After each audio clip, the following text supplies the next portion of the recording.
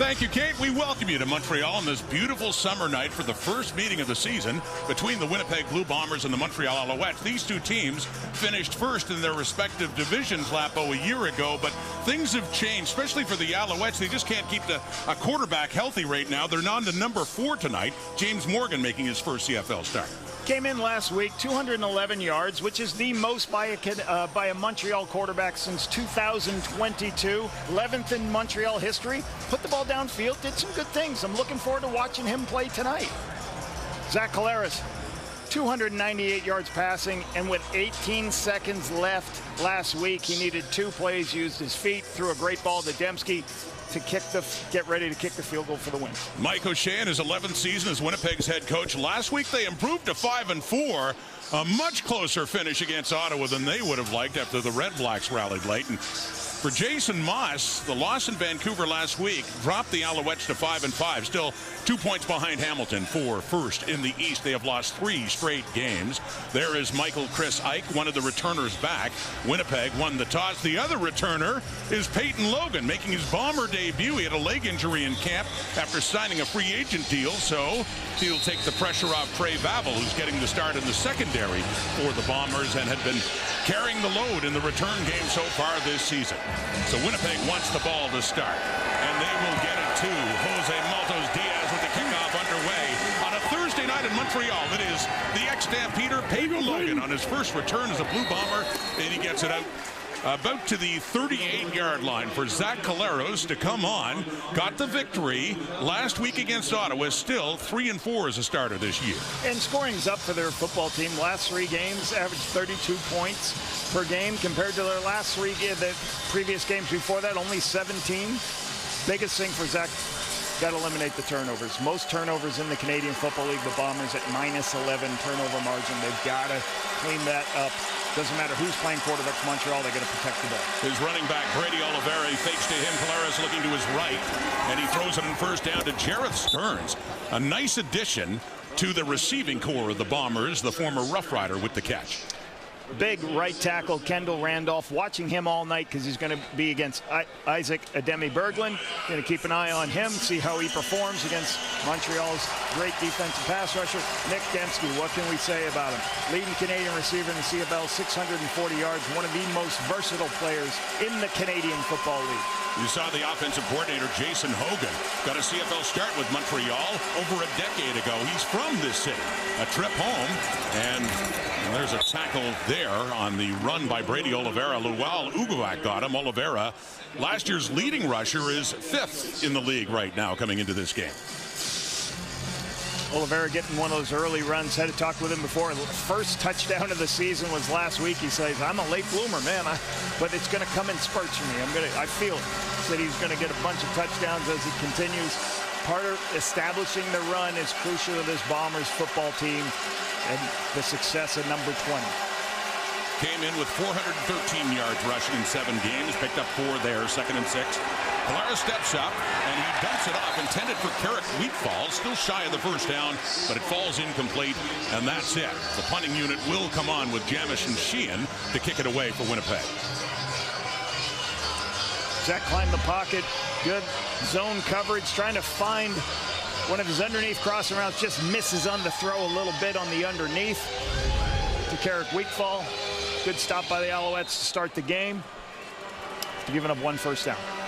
Jamison Sheehan, net punting average of 39.1, one of the top punters in the CFL. Back for it, standing at the 10 is Travis Tice, who's also in at running back with Stevie Scott tonight. So he's been busy the last few weeks. Number 30, Montreal standing back for it.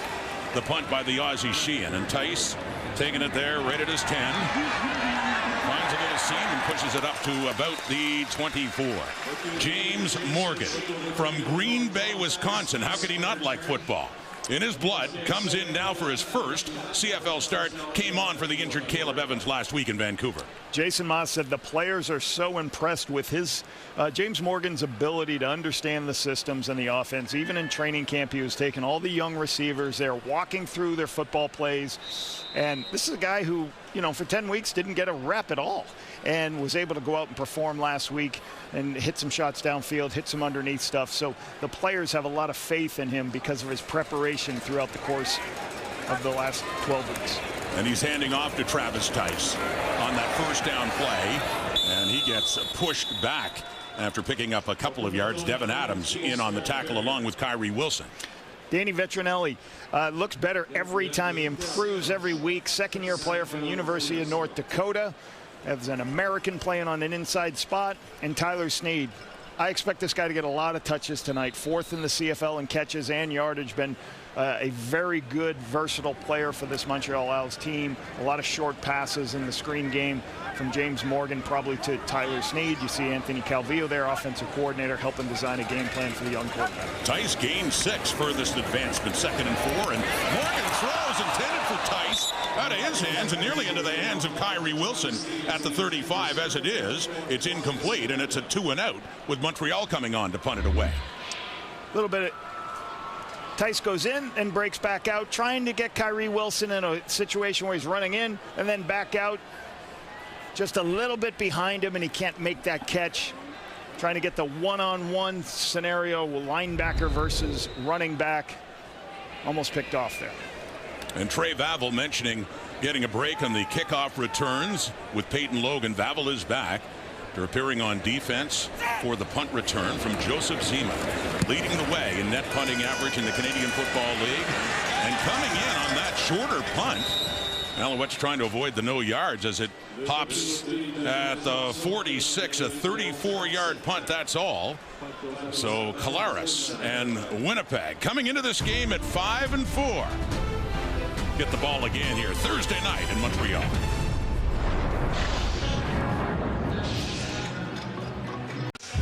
Zach Collaros has certainly had moments of brilliance, but the fact is he's thrown more interceptions than touchdowns this season, and that was the case in their victory lap against the Ottawa Redblacks last week. Yeah, 9 touchdowns on the season, but 10 interceptions. And the other thing that's kind of disappeared from his game, and Zach is a deep ball thrower. He's only got 8 30-plus passes this season, and when you have 30-plus passes, you're going to flip the field and get touchdowns. So that's an area they've got to continue to work on offensively, get more explosive pass plays. Here we are, second possession, 1st and 10. Collaros back with time off to the left. That is caught by Montreal native Kevin Clercius. A trip back home, played his high school football here before he went off to Connecticut in his second year, gain of 11. Zone coverage. Zach sees everybody lift, and what does that mean? Everybody gets depth, so he throws the underneath throw. And to the wide side of the field, there's a lot of space. You get out there to the space, gets an opportunity to get a first down on first down, throwing the underneath to Clercius. Clercius gets it over midfield. There in the Montreal zone. Collaros flushed out left, completes another one. Down on the sideline and more after the catch. Inside the 30, that's Carrick Wheatfall, gets it down close to the Alouette 25. Zach uses his legs to climb the pocket and move offset as the protection. He feels a little bit of pressure inside. The end loose contained. He goes outside to get the throw on the outside to Wheatfall. You got to contain his legs. Zach's going to make you pay when you go inside and prevent and not play contain on this mobile quarterback. He's not going to run around and hurt you out with his legs, but he's going to find downfield throws when he buys more time. Gets it down to the 27 after a gain of 25. Play action pass. Collaros steps up again. He wants to run. He does. Inside the 20. Jeffrey Cantaracu making sure he heads down, but that's a good pickup. 10 yards for Zach Collaros, using his legs to move the football. A little bit of deeper shot play like we just talked about, trying to get more explosive plays. When this the play action's not there, they're trying to get a wheel route up the sideline. Zach says, hey, it's time for me to go. Get the yardage I can and then get down. Once you get another, using his legs to create first down opportunities. Defenses hate it, Rod, when the quarterback's just running around creating first downs with his legs. He does that, gets it inside the 20 down to the 17, and into the red zone they go again. You saw their numbers once they get inside the 20. Looking to cash in here in a scoreless tie early to week 12, the opening game on a Thursday night in Montreal. Faking to Oliveira again, and then throwing it off to the right, completes it to Stearns. His second catch of this young game. Gets it down to the 10, a gain of 7. We got a 2nd and 3 coming up. Sean Oakman, all 6'9" of them. He blocks the sun out. He got 4 sacks this season, 2 forced fumbles, and 2 block kicks this year. Darnell Sankey, season high 11 tackles last week. He leads the Owls with 43. Hey, and Kavian Ento returns. Missed the last 3 games. Still the team leader in interceptions, 3 so far. He's played 7 games this season. I'm sure Noel Thorpe and company are happy to have Kavian Ento back in the game. Their talented field corner in his 3rd year at Colorado, Kavian Ento, back in that Alouette lineup. Here we go, 2nd and 3 now. And the little toss to Dembski. The sweep, the first down, too. He gets enough. Had to get down to about the 7, and he gets that and a little bit more for Nick Dembski on that toss from Collaros. He's going to walk over to this side of the field, and he's just going to come back on the other. A little bit of action, one direction, then come back the other side. Ugawek chases the offensive lineman going in one direction. It's good eye distraction. I always talk about having a lot of eye candy for the defensive line. What does that mean? Try to show one look and flip the ball somewhere else to slow the defense down. Nice call by Jason Hogan. Getting Dembski, as I said off the top, one of the most versatile players in the CFL football. Here we go, 1st and goal. Bombers dumping it off, and Collaros was facing pressure. The nearest receiver was Wheatfall, right in the middle around the line of scrimmage. So that play got all messed up and goes down incomplete. 2nd and goal now from the Alouette 6. Najee Murray's coming off. You'll see him right here. He's going to rush right at the quarterback. And Zach's trying to get one of the throws out here, but he has to see Murray. If Murray goes straight upfield, hand the ball off, let the back run with it, because he's going to have a guy right in his face. That's what happened on that play. Good stop by Najee Murray, making sure he's playing contain on the quarterback. And like Zach Collaros, a native of Steubenville, Ohio. 2nd and goal. Collaros steps up. Will he take off again inside the 5 and tackled there in space? Jeffrey Cantin-Arcou. Collaros tried it and ran out of room, and so a field goal situation is coming up here for Winnipeg with the ball just inside the Alouette 5. Big stop for this Montreal defense. This is a team that has struggled stopping people in the red zone. They're worst in the Canadian Football League. They play zone. Zach's trying to hit the quick out. Can't find anybody on the quick out. He has to scramble. Sean Lemon and company there get the stop.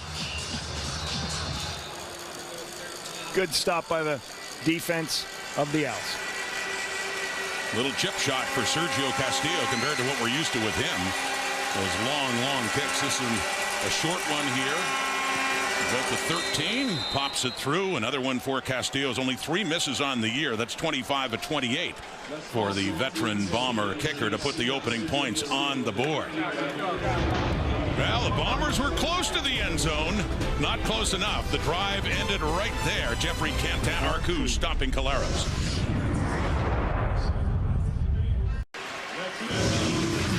It's been a rough go for the quarterback position. Davis Alexander in July pulled a hamstring. He's going to be out quite some time.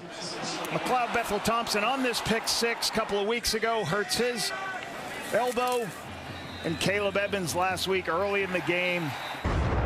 That's season-ending surgery to force our 4th quarterback for the Montreal Alouettes. So here's James Morgan and a deep shot to open up the second possession. It's caught. Going down to Alexander Hollins. New to the Alouettes with the BC Lions a year ago. Hollins with the first big play for Montreal, and a completion for James Morgan in his first CFL start. It's going to be a one-on-one on the outside, but just basically a double move. Starts in, pretends to run a dig, and then goes deep. That's very difficult to be able to make that play for Dexter Lawson, because he starts to jump inside, and Hollins is out there. One-on-one situation, got a big quarterback. I like the call. It's a simple read for the quarterback. Throw it to one guy. It's either a big completion or an incomplete. 45-yard gain. They go to the ground. Travis Tice right side. Pushing along with the leading tackler of the Bombers, Tony Jones, on him, but another good pickup on the ground. James Vaughters tied for this top sack master for Winnipeg with 3 sacks this season. Look really good on tape. Tony Jones fitting very well into this career high 11 tackles last week, 2nd in the Canadian Football League in tackles. And Evan Holm had an interception last week for his 3rd of the season. North Dakota alum. Gain of 7. Travis Tice has 13 yards on 2 carries now. Inside the 20, the Alouettes, and Morgan handing off to Tice. First down and more. Breaking tackles goes and spinning down inside the 10, down to around the 7 for the hard-running rookie of the Alouettes, Travis Tice. Great double team at the point of attack. Callender and Lestage dropping the defensive lineman, creating a huge crease for Tice to get through. And Tice is always going to make one or two people miss. One of the best make-you-miss running backs in the Canadian Football League. Nice run on 2nd and short to get the first down inside the 10-yard line. There's an injured player in the field. It's Montreal native Retta Cramdy. Played for the Montreal Caravan before being drafted by Winnipeg, starting at safety, making the move back there after being at the strong side linebacker position. But Cramdy is still sitting down and getting some attention now after that run by Travis Tice to set up a 1st and goal for the Alouettes in their response drive after Winnipeg opened up the scoring. Rod, we'll take a quick break here in Montreal. Thursday Night Football on TSN. Retta Cramdy from his free safety positions coming down. Tice trying to make a miss. Hits his head. Takes a little bit of shot. Went off on the sideline. Should be okay. Looking at the iPad, checking the series. And so taking his spot at safety is Cam Allen, number 0. Here's the running play again by Tice. Breaks a tackle. Kyrie Wilson thought he had him behind the line, but he manages to push it closer to the 5 in that 1st and goal play. 2nd and goal coming up here for the Alouettes. That's what you talk about Tice. Every time I watch this guy carry the football, he's somebody who's going to make the first person miss. He's always what I always call, I use the term Roger Craig. Use your legs, bring your legs up, break tackles. Roger Craig was a great running back in the NFL, and that's what I used to tell our running backs. Hey, make sure you're Roger Craig it through the hole. Bring your feet up. He always brings his feet with him, makes Kyrie Wilson miss, and gets extra yardage. Great reference from the past. Roger Craig, star with the 49ers back in the 80s. Here's Morgan. 2nd and goal. No, looking for Hollins again, who wants a call. Doesn't get the flag. It's incomplete. And we get a 3rd down, and looks like field goal team will be coming on here for Montreal. Once again, Jason Maas, I like how he's calling this football game. That James Morgan here gets an opportunity to use the strength of his arm and throw a one-on-one throw on the outside to Hollins. So there's not a lot of thought process. There's not a lot. What coverage was it? What'd you see here? It's like take the throw, use your arm strength, throw the ball on the one-on-one on the outside. Just missed it a little bit far inside. No challenge issued there by Jason Maas on that coverage. Hollins, so it's Jose Maltos Diaz. Short kick coming up here, puts it through, evens the score. Maltos Diaz having a great season. The kicker for the Alouettes. Tie ball game Thursday night, 1st quarter.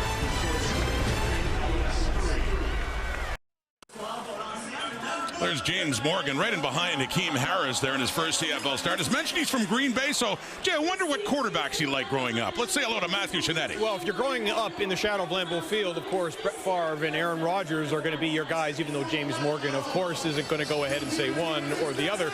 But the key point this week, as you guys already mentioned, is Jason Maas has a lot of faith in James Morgan. He has to look at the injury list and the quarterbacks on the 6-game injured list. But the one thing that Maas said this week is we can't put it all on Morgan. Sure, he is very, very capable in the offense and certainly understands the schemes, but it has to be on our offensive line to set the stage for him. It has to be on the defensive line to make sure that we're getting the ball back and that Morgan has the opportunities. I asked Maas if he's ever been in a situation where he's had to go potentially to a 4th, a 5th, and a 6th quarterback. He said absolutely not. Maybe James Morgan, Maas told me, could be a Hall of Famer, but we don't have to expect him to be a Hall of Famer tonight. Everyone else has to step up and lock in. Rod? It's kind of been thrown in the fire too, Matthew, when you think he was 4th in the depth to start. But how about that, those shots with Brett Favre? When he was a kid, he wore number 4. When Rodgers took over from Favre, he wore number 12. And he would not pick between the two when we asked him a few days ago. He was a big fan of both. That's Peyton Logan on the return now for Winnipeg in a tie ball game. Upended. Coming in, Don Callis, a good special teams tackle, all fired up for the Alouettes.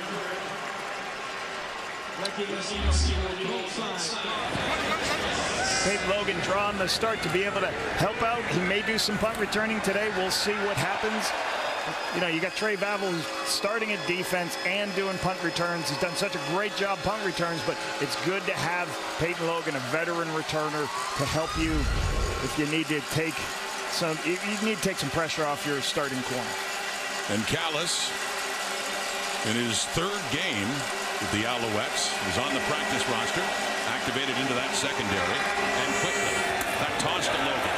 Using him on offense, too. He takes a hit initially from Isaac Adeyemi-Berglund. He spins, picks up a couple more yards, and a second down coming up after a 3-yard gain. And when you get a guy like this on the roster who is a very good returner, this is some of the things you would do as an offense coordinator. Just simple, hey, we're going to put him into the boundary where we have two blockers for two defenders. Give him the ball in space, let him get some yardage. Good 5-yard gain on first down. Yeah, 5-yard pickup. 2nd and 5 coming up here for Mike O'Shea's Winnipeg offense. Coming into this game at 5-4 in that very competitive West Division. 4-man rush. Collaros runs out of time, barely gets it away to Oliveira, who makes something happen with it. First down and more. Up to the Winnipeg 50. Just before Collaros was hit from behind, he managed to shovel that one into the hands of Oliveira. Adeyemi-Berglund comes off this edge. As Zach can't find anybody originally, they're zoned, but they're dropping people out. Zach feels it, the pressure, and gets it off at the last second to Brady. I've always talked about Zach as like a magician in the pocket with his hands. As a former baseball player, he can just flip the ball, different angles, different arm angles to his receivers. From the Winnipeg 50, throwing again over the middle. That is caught. Across midfield, Carrick Wheatfall has the catch. It's shy of a first down. It'll be 2nd and short coming up here for Winnipeg. Montreal playing a lot of zone, trying to make Zach drive the length of the field, trying to force them to make sure they can, that they have to drive and execute a long series, prevent explosive plays. Running this time, Oliveira finds room and more. There goes Brady Oliveira down to the 25, and his biggest running play gets it down and a first down, 28-yard pickup. Great at the point of attack here. Wallace and Kolankowski, watch them, what they do to Sean Oakman.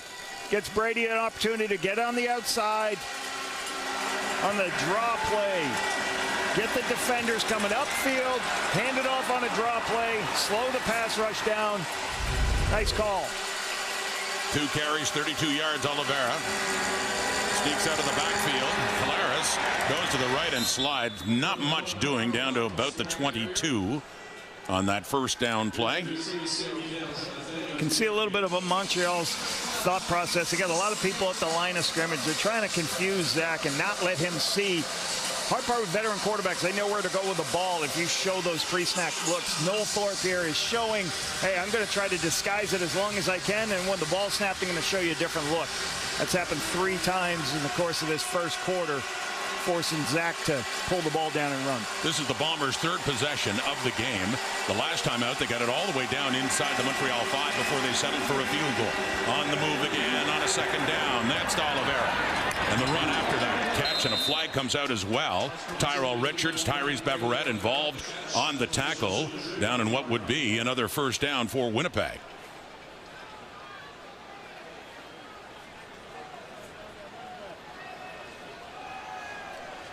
The referee is Justin McInnes as they sort this out. Roughing the passer, Montreal, number 98. 15 yards from the end of the play and an automatic first down. That's Al's defensive tackle Dylan Wynn called for roughing the passer, and that'll push the Bombers closer to the Alouettes end zone. You can see him at the end of the play. I think he goes into Zach's legs here.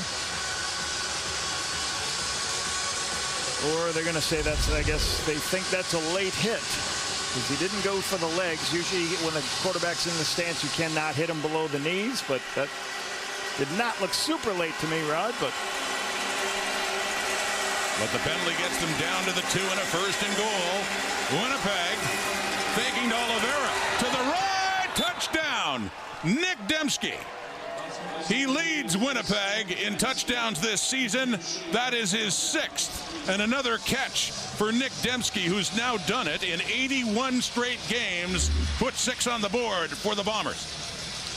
Dembski comes across the field with a lot of speed, so the player chasing him in man coverage is going to be in a trail position. You can see Murray trying to figure out, is it a run or is it a pass? He gets in a little bit of a conflict of assignment. By that time, Nick Dempsey's already outflanked him. Zach's just got to pull it, get on the perimeter, flip it out to Dembski. One of the veterans now of that Blue Bomber offense, and what a story Nick Dembski has been. And this has been statistically his best season so far in receptions and in yardage and in touchdowns as well. He's projecting out for career highs in a single season. Has the catch, and that one catch by Nick Dembski gets them in the end zone. 2-yard touchdown. Winnipeg has the lead again.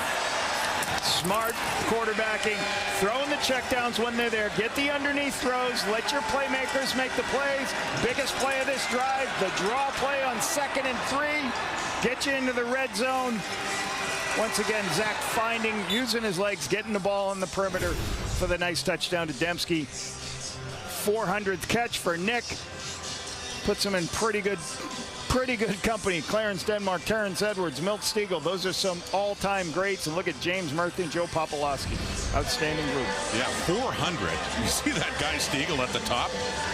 Dembski's been great. He's not even halfway there. Gives you an idea what 85 did in his career, but that's number 400. The touchdown to make it 10-3 is set, extending his consecutive streak up. And Charleston Rambo now back is one of the kick returners, along with Travis Tice. Winnipeg's up a touchdown. Castillo with the kickoff. Still in the first quarter, Tice to take it at the 22. Works his way up around the 41 before he is tackled. That was the final play of the first quarter. A couple of good drives for the Winnipeg Blue Bombers. One time they got down inside the 5, settled for a field goal the next time. All the way down, and Zach Collaros finds his favorite target, Nick Dembski. 10-3, Winnipeg leads.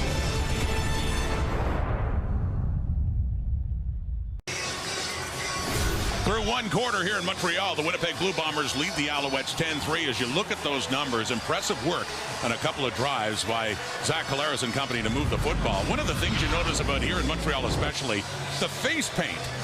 Isaac Adeyemi Berglund and a lot of other players who really love to put it on and fire themselves up to get ready for a football game, Lapo. It's something that we've been talking, Lapo. We're on. Oh, I'm sorry. Oh, I'm on? Goodness. Oh, my God. Right? Hey, I got to get in with all the face paint, guys. This is awesome. The budget for face paint must be crazy. Will it really make me look more intimidating? You look tougher. Yeah, definitely. Oh, all right. Well, we'll give it a shot here. So nice.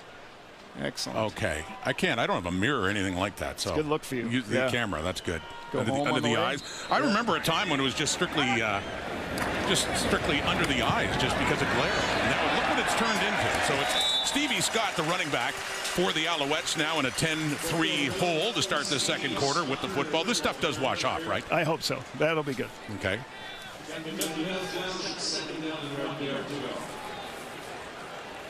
Short yardage situation with just going to walk up, put James. You got a big quarterback. You got a 240-pound guy, 6'4". Give him the opportunity to just fall forward and get the first down with a tempo play. The one thing watching Jason Moss, and the one thing I have trust in Jason Moss, when you watch him, the hardest thing as an offensive coordinator is you watch the game film. You're like, we could run this play. We could run this play. Oh, look at how Winnipeg's playing defense this week. You can go through a million different scenarios of different plays to run that you think are good for touchdowns. But if your quarterback can't execute them, you don't want to put that quarterback in that situation. Jason is so good at giving his quarterbacks simple plays. They run as many screen plays as any team in the Canadian Football League. I know they're going to put him in good situations. It's first and 10 from the 51. The toss back, and he's throwing. It's Tyler Sneed. A deep ball for Hollins, who's got it. Another long reception for Alexander Hollins. This time, courtesy Tyler Sneed, as the Alouettes offense opens up the bag of tricks. 44 yards after a 45-yarder in the first quarter. This is what Jason talked about, as Matthew Cianetti said, hey, it's all of us got to make our plays. What is this? Hey, let's try to do a little misdirection play. Misdirection turns into a double pass, trying to get Vavil's eyes in a bad spot, so he's looking to see, oh, it's a reverse, no, it's a throw. The sell by Sneed, it does it. Too many running backs or guys who are going to throw that double pass, they start getting like a quarterback. He ran the ball as long as he could, then pulled it the last second. Stevie Scott breaks free to the right, takes a hit, but he manages to lunge forward. Hit there by Vavel as Scott has another carry. Another good pickup as all of a sudden the Alouettes working their way down close to the Winnipeg end zone. Good run in the football, trying to stay on schedule. This is the second and short of this drive. Not putting your quarterback in tough situations. To Morgan again, short yardage. Morgan stays in, tries to pull his way forward. Retta Cramdy in there, and there's just not much. He did not get much there, and that it was second down play. Really good stop here, and I expect this to continue to happen, that he is the short yardage quarterback for the course of the game. With two new quarterbacks in the building, I think he's had probably the most reps or practice of the cadence and working with all the guys. So if they're going to go short yardage, he'll continue to use it. By the way, how many quarterbacks do you see with face paint usually? Not a lot. Not a lot. There's good look. There's Cameron Dukes, who was the short yardage QB for Chad Kelly in several situations a couple of years ago in his first year with the Argos in 23. And of course, he started a lot of games in the first half of the season with Toronto last year. They didn't get it. They try again. Morgan will get it this time. Pushes through. And we got a first down and goal coming up here for the Alouettes.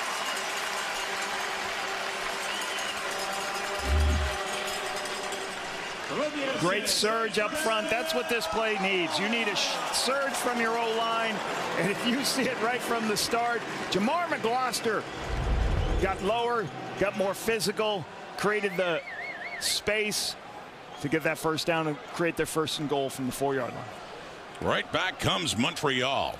Got a couple of big plays to new receiver Alexander Hollins in this first half. That latest one from Tyler Sneed sets them up here, just inside the 5. First down, taking the handoff, end zone, touchdown! What a drive for Tyler Sneed!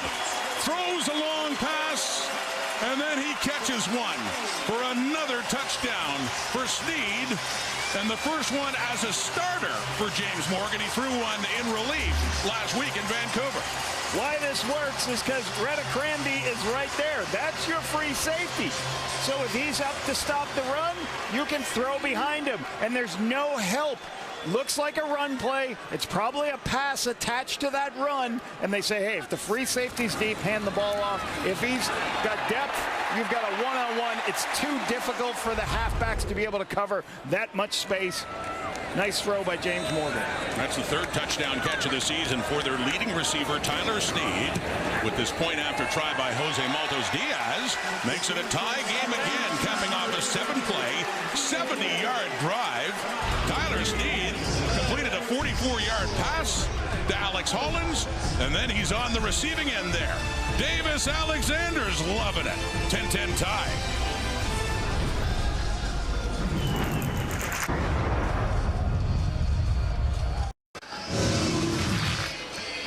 Seven-play, 70-yard drive. Hand to reverse to Tyler Sneed. Sell it. Throw it deep downfield for the big explosive play. Scott gets an 8-yard gain. Create a couple of short yardage situations. And then in the red zone, free safety bites up. Go back to Sneed for the touchdown. So 3 minutes, 36 seconds, 70 yards. Did you notice that celebration, too, by James Morgan? A tribute to a former Packer quarterback for the Green Bay native and Aaron Rodgers. Yeah. And Tyler Sneed. Chipping in all sorts of ways on that drive, throwing a 44-yarder and then catching that one for the touchdown. Peyton Logan is back at his 12. 10-10 tie. Back and forth they go. Tackle there, Scott Hutter on special teams, veteran out of Wilfrid Laurier, hauling down Peyton Logan. Zach Collaros tonight, 9 of 11. He had 85 yards and a touchdown to Nick Dembski. And as mentioned, they've had 3 possessions in this game, and 2 of them, they worked their way right down the field. Field goal, then the TD. Zach's been very efficient. Seeing the pictures to throw the checkdowns when the checkdowns are there. Montreal's trying not to give him any opportunities to push the ball downfield. Well, Zach Collaros in his 13th season at the University of Cincinnati. Two-time Grey Cup champion, two-time MOP. He and Dembski connecting again. Brady Oliveira's got the ball. Tyrese Beverette jumps on his back and calls him down around the 34. 5 more yards, though, for Brady Oliveira. One of the staples of this Bomber offense is always have a threat of Zach using his legs, keep the ends wide, and then hand it off to Brady Oliveira up and inside. See Jason Hogan there, coordinator. As you said, Rod, is from Montreal, is from, east of Montreal area. Got a lot of family in for this game. First, it was Tom Higgins-Lapo that gave him a chance with the Alouette organization. And later worked with Danny Machocha with the Montreal Caravan. Little shovel pass inside to Oliveira. Goes to work again after that.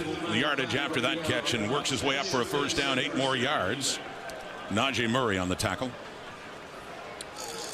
Little misdirection with a shovel. You have one going this way, and then Brady's going to add. You're going to send 2 people to the backside. You're going to block back, and you're going to pull and option the end man on the line of scrimmage. So here you go. So Sean Lemon comes up. You flip it to Brady with everybody blocking back and inside. Nice scheme and execution. Get those ends upfield. Pitch it back inside. 6 touches, 62 yards for Brady Oliveira. Now it's Jared Stearns in his hands on the sideline, working his way up, and a flag does come out as Stearns gets it up to around the 48. Flag coming out near Stearns, the ball carrier. In my time coaching Zach, we only had a couple weeks in 2019, that Grey Cup year. I was just so impressed. Holding, Winnipeg, number 86. It's a 10-yard penalty. We'll repeat first down. So impressed with his ability to flip the ball out, as you see him right here.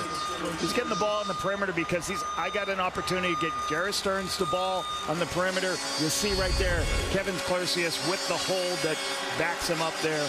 But Zach is so good at these quick throws on the perimeter. Got his hands on Siante Evans, the field half, trying to block there for Stearns. So they get flagged for the hold. They're back at their 32 and a 1st and 20 now after that holding penalty. And Collaros to throw on this first down and long.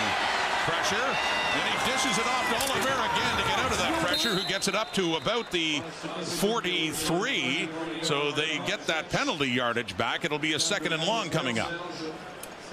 Here's what's hard about playing this defense. That's Jeffrey Canton-Arcou from a linebacker spot. Watch what he does. He's going to run and play a deep safety. Noel Thorpe loves dropping people out, putting different people in what he calls the post area, the middle of the field.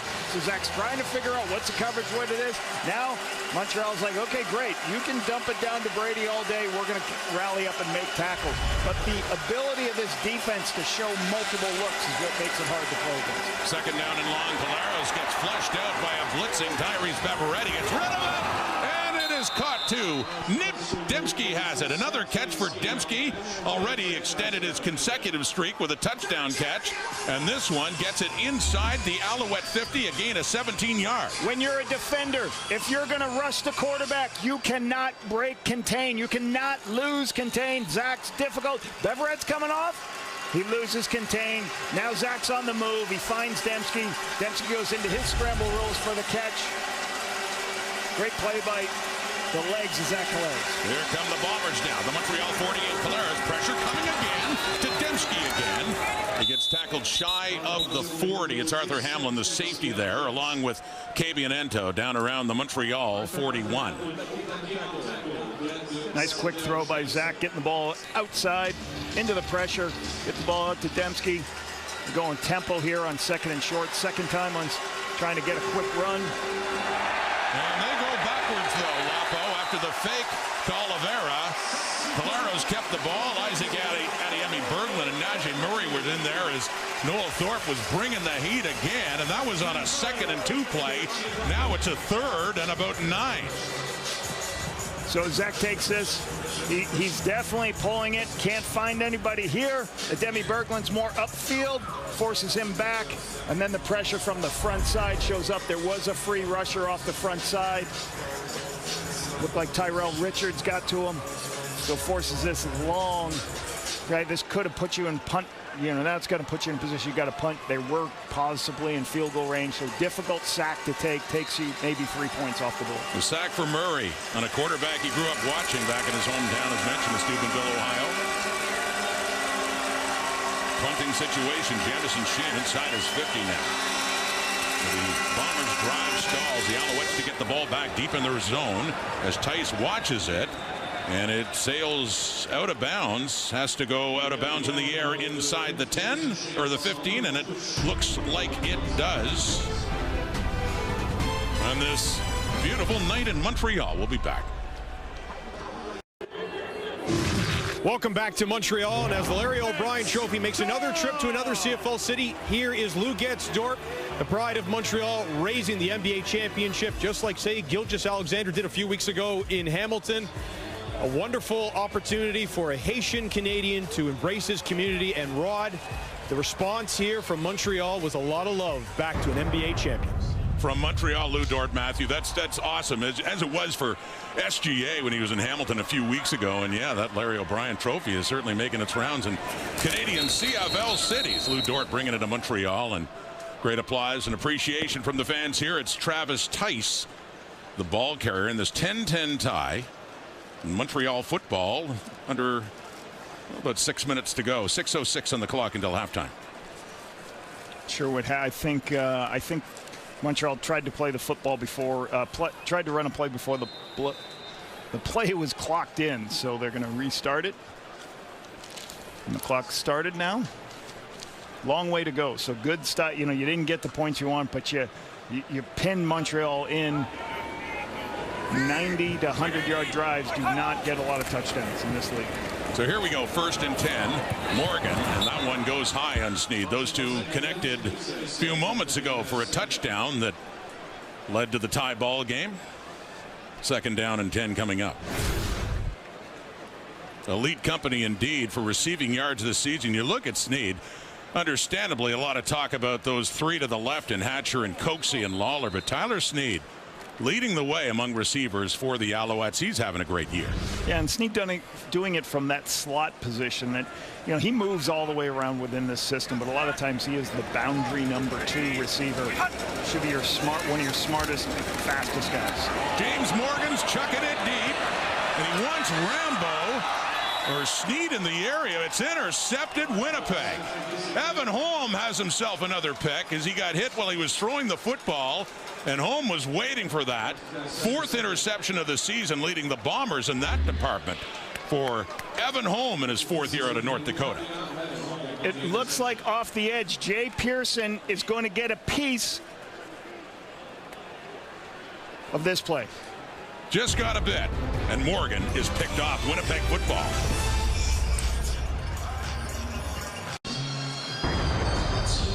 If you watch, Jay Pearson makes Montreal pay for a mistake in protection. Roll it, guys, for a little bit, and I'll tell you to stop. Go ahead. We roll this pass play, and then pause it right here. So watch what happens. He goes in to help. There's nobody on the outside. He's got to stay on the perimeter to make sure he takes Pearson. Pearson has a free rein. He gets involved with the throw. The throw ends up going high. Now easy opportunity for the middle of the field for Evan Holm to get his 4th interception of the season. Just waiting for it there. Closest receiver was Tyler Sneed. The Winnipeg ball. Dembski with it, but running around and behind it ended up being pushed back. Nothing happens on that Winnipeg offensive play. On an interception, by the way, that if you look at it differently, Dembski's still down and looks to be hurting. I'm going to say ended up being, in effect, a 39-yard punt with that long interception, but Winnipeg in the 1st down play, and Dembski in a lot of discomfort and getting some attention now, lying down, face down in the field. See Al Couture there, longtime trainer for the Bombers, trying to check on Nick. Michael O'Shea had a lot of great things to say about Jason Moss and about the effort this team plays, and you can see the effort right on this play. Deontay Evans ends up chasing this ball down. They see it's a screen behind the line of scrimmage. Beats the block. Forces contain. It's like, make sure I'm not going to allow you outside of me. I'm going to stop your feet, and I'm going to make the tackle. That's one thing Osh talked about. This team will come. They're going to come with speed. They're going to play hard. They're going to compete. It's like there. He bangs his head right there. Hopefully he's okay. With Kabianento and Alouettes coming in, and yeah, you saw Dembski falling back and hitting his head hard to the turf here at Molson Stadium, and still on his knees, and very slow. And trying to get up. So a pause here in this game. That was a loss of 3 yards, by the way, and they're just in the Alouette side of midfield and a second down.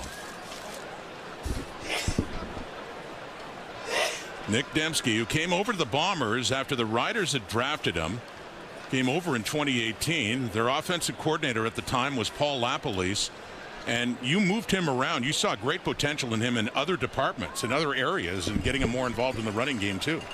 He was playing field number 1 for the Saskatchewan Roughriders. They kept him to the wide side of the field all the time, and I just remember his ability with the ball in his hand. He was a punt returner for them, but on the field as an offensive player, so we recruited him and said, listen, we want you to play slot.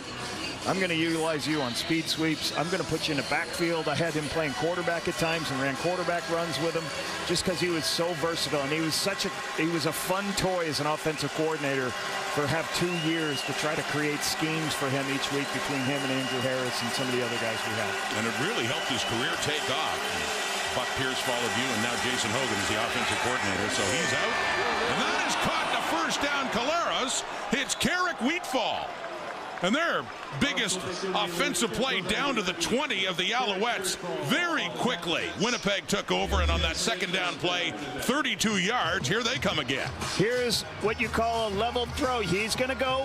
He's going to trail it by a little bit. Let the underneath coverage get higher, and then you're trying to throw it somewhere in there.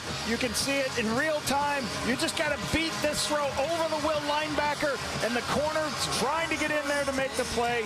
But that's a great throw by Zach, trusting that he can get it over the Wilt linebacker. Wheatfall, big target, nice catch. Dropped it in nicely. 11th straight completion for Zach Caleros, who's 15 of 17 for 159. First and 10. Bombers back to Oliveira. And pushes his way through for a couple of yards. They're inside the 20, down to about the 18. And Nick Dembski, I'm told, has gone to the dressing room for the Blue Bombers a couple of plays ago. Looked like he hit his head hard on the turf being tackled, and I'm sure heading off for more examination. 2nd and 8 coming up after that 2-yard pickup by Oliveira. Still giving Brady opportunities. He's averaging almost 10 yards a carry. He's got a long and 9. The draw play was the big one, but you got to keep giving him opportunities on 1st and 10.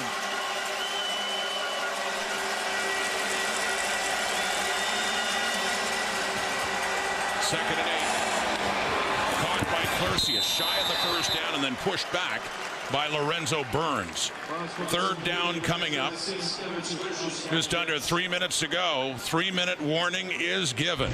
On a good first half, both teams moving the football well, each with 10 points to show for it. Winnipeg threatening to take the lead again. Coming up at the half. Whoa, look at those snappy new graphics. Nice. Who did those, I wonder? Is this not the last Thursday night football game of the season? The last this one. Is it. Better late than never. So we decided to break them out now? Better late than never. It's kind of like the face paint with Lapo and Rod. We better see more of that, too. No. No promises, Kate Burness. Thank you. Well, you know what? It is a little harder room, and we'll see at three-quarter time what we've got going here. Lapo got me. I was just too tempted because Lapo looked fearsome with that face paint on. Most intimidating analyst out there, right, with that. Look at that. We got some for Tyler Sneed. You saw James Morgan at one. There's Cole Speaker. The Alouettes love their face paint. So the inside 3 minutes now. Sergio Castillo 1 for 1. This is a 20-yarder. To once again give Winnipeg the lead. A few lead changes in this one, or at least with Montreal coming back to tie it a couple of times, but it's 3 in front for the Bombers, looking to take that lead into the dressing room. Still 2:45 to go. Well, the Tour Championship continues tomorrow with second-round action.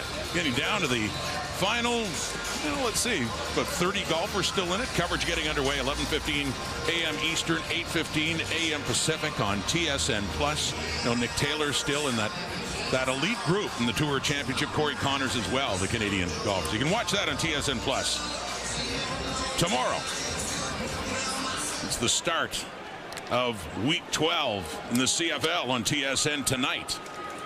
Kind of sentimental, too. Final Thursday night. They break the great graphics out. Back for Kate and the panel in the studio. Coming up, James Morgan has a touchdown pass in this game. Was picked off the last time the Alouettes had the ball. He hands off there. That's Stevie Scott.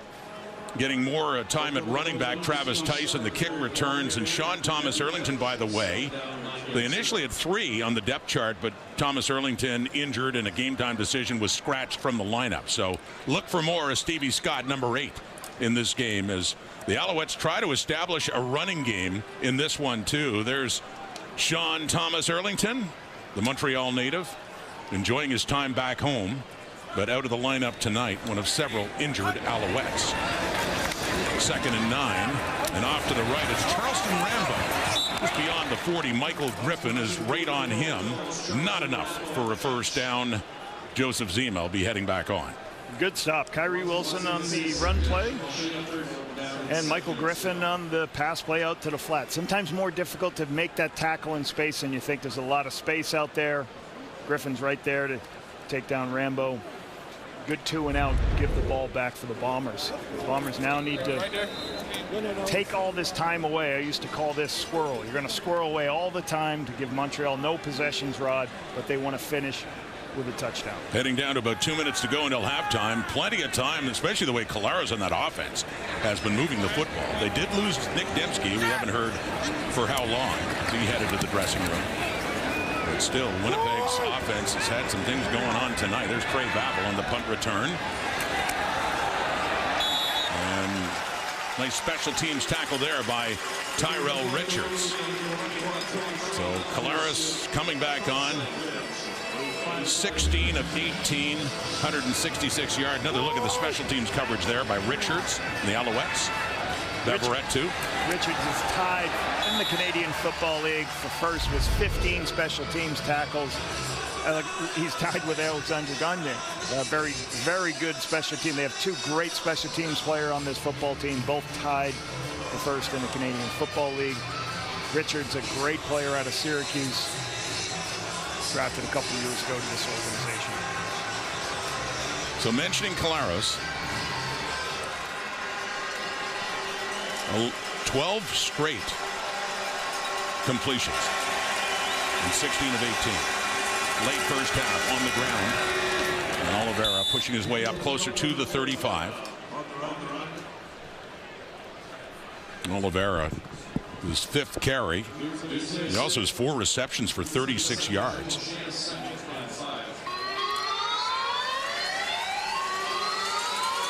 Plenty of time left in this game to let the clock run. Like I said, you're going to try to bring some of this clock down, but still drive the length of the field for a touchdown.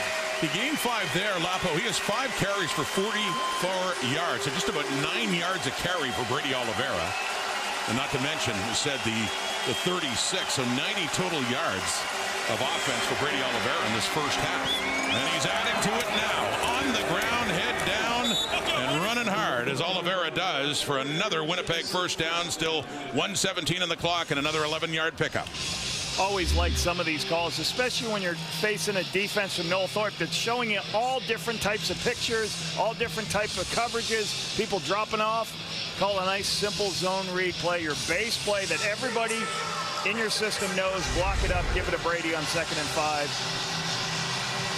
Good hit for the first down. Keep the chains moving. Just up across the 45 for Winnipeg. Barely a minute to go. Ticking down to 1 minute left here at Molson Stadium. Till halftime. Collaros to throw. That is caught. And up across their 50, going down is Clercius after a 5-yard pickup. 2nd down and 5 coming up. Still lots of time in the final minute for Winnipeg. His emotions down, goes out. But what you can see is there's a lot of people at the line of scrimmage trying to show a blitz, and then they drop out. But when you drop out from the line of scrimmage, you're going to have a voided area. They hit the voided area. Zach's seeing the pictures very well. Rookie Joey Corcoran is in at slot back in place of the injured Nick Dembski. Is there on the right of Polaris, who's looking off to the left. Takes off, flags out, down at midfield, and gets an escort out by Jeffrey Cantar-Arcu in first down yardage. But could this flag be going against Winnipeg? Probably going to be a hold. Usually when the quarterback scrambles, offensive linemen don't know where he is, and they tend to hold. Zach saw man coverage, very intelligent, took off and just started running. We shall see what this call is. It was on a 2nd and 5. There are 2 fouls on the previous play. But holding, Winnipeg, number 69. Illegal contact, Montreal, number 26. We'll repeat 2nd down. As announced by Justin McKinnis, 2 penalties that cancel each other out. So we got a 2nd and 5 to run again. Now just 29 seconds on the clock. And looking to, at the very least, get it in the range of the best distance kicker in the CFL currently. In Sergio Castillo, he's hit from 63, he's hit from 60 a few times. He's also 6 for 7, I believe, or only had 1 miss outside the 50-yard line. So they certainly have a chance to add some points.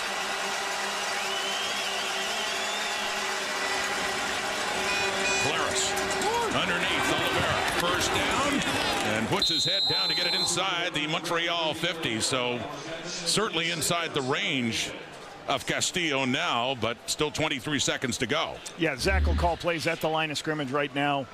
Try to get the ball going with a tempo. You can see again, Montreal trying to show 4-man rush, but drop a lot of people out. Hit Brady underneath. From the 49, Montreal. Oh, in and out of the hands, turning around there was Joey Corcoran, who went to high school at Selwyn House in Westmount. He's from Montreal. He later transferred, finished prep school in New Hampshire, went to University of New Hampshire, and nearly had himself a catch there. Joey was a very good receiver at New Hampshire. Talked to the coaches at UNH, place I coached at for a couple years, and they spoke so highly of him. He had a good combine. He didn't test as well as he would have liked in the CFL combine, but the Bomber coaches love his tenacity. He's able to block around the box, do a lot of things that they want in the run game for Brady Oliveira. Castillo is ready, 2nd and 10. Polaris throwing. Oh, it is caught by Stearns. Beverett had a chance at it. What tremendous concentration by Stearns, who really got hit but hung on to the football. And he is down after a gain of 23 yards. Work up. Go inside the Will linebacker. As the Will linebacker expands, throw the ball behind it. Nice throw by Zach. Might even been a tip ball right there. But that is what you have, concentration. You throw. Zach throws between the free safety, the halfback, and the Will linebacker. Beautiful throw by Zach to Jared Stearns. Great throw, and what a catch, too, under those circumstances, Lapo, when defenders are bearing down. And as you saw, that ball is deflected, and he was still able to hang on. And certainly paid a price for it as he is still sitting down. The Bombers in much easier field goal range for Castillo now with 11 seconds on the clock. Let's have another look at what Jared Stearns was able to do here and concentrate and hang on to the football. One of the hardest things to do as a receiver is when the ball is tipped, still get your eyes and find it and be able to still look it into your hands. You can see the eyes right there, tracking it into his hands. And then obviously making the catch while you're getting collisioned.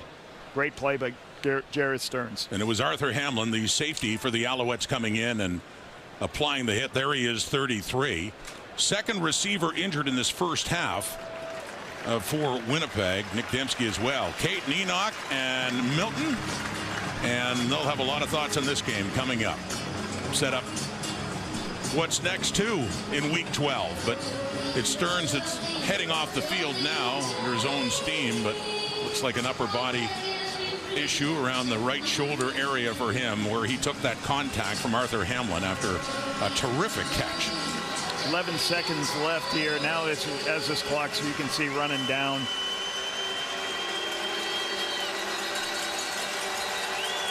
Zach Collaros has passed for over 200 yards in this first half. Out. Winnipeg. So the time had ticked down, and a timeout is called, and the kicking team is going to have to come on now. They won't have time to run another play. Yeah, you would have thought they would have been, if they were going to run a football play, they would have been up on the ball. I don't think Montreal would have done anything besides put a bunch of people in the back of the end zone. It would have helped your field goal. But Osh saw the countdown, called the timeout, get the field goal. So Jamison Sheehan will put it down at the Alouette 35 for Sergio Castillo, who is 2 for 2, looking to make it a 6-point ball game to head into halftime. Out, down, and kicked. And perfect for Castillo. Those points on the board, not 13-13. It is 16-10 Winnipeg. There we go. A 6-point lead for O'Shea's Blue Bombers. And, good for both offenses, and particularly, though, Zach Collaros and the job he's done in this first half. And then Montreal's making them run the ball, making them throw those underneath throws. They're not giving them any deep ball shots, and that's okay. Zach just got to manufacture first downs by throwing the check downs and everything. Hey, in Montreal, they're in a good spot here, down by 6 points, right? Brady Oliveira is getting rushing yards. Okay, 6 carries, 55 yards, 9.2 yard average. Keep giving it to him. Extra yak yards, screen passes, whatever you need. Keep getting him the ball in the second half. Solid half for Brady Oliveira, who's standing by with Matthew. Brady, a lot of hard yards out there. The Owls defense is really forcing you to run down their throats, and you will. Alouettes, one thrown by James Morgan, the other thrown by Tyler Sneeder later, capped off that drive from Morgan and the touchdown. Here's Sneed with Matthew. So, Tyler, take me through inside your helmet. When you know you're going to have to make a pass to kind of help your offense out, is it nerves? Is it excitement? What is it?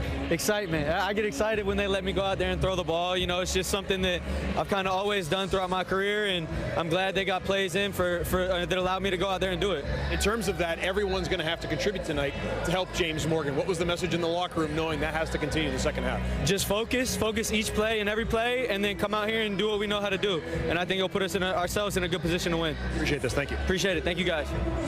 Tyler Sneed had that chance, by the way, in college at East Carolina. He was 4 for 6 throwing passes, 137 and 3 touchdowns, no picks. So not the first time threw that deep ball to Hollins in the first half. Second half begins. It is Travis Tice, Alouette football. A little somersault after he is tripped up on that tackle by Winnipeg.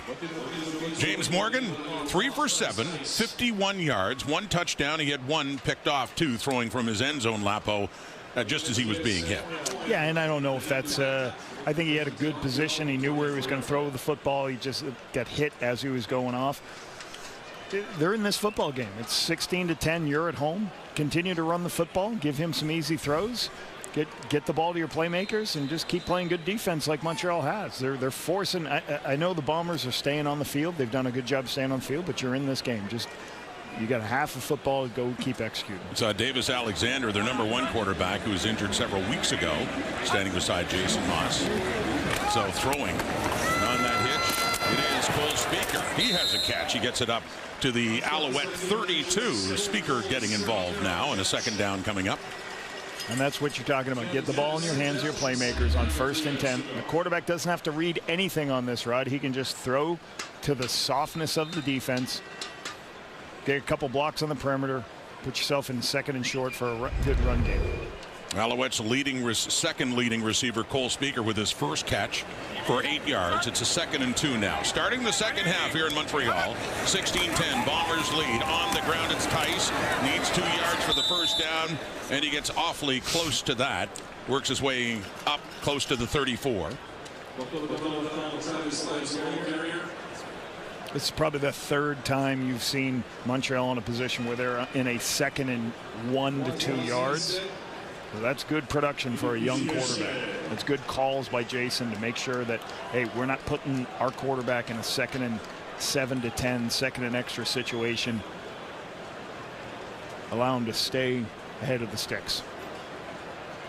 And it is not enough for a first down. We get a 3rd and short coming up. A couple of feet away.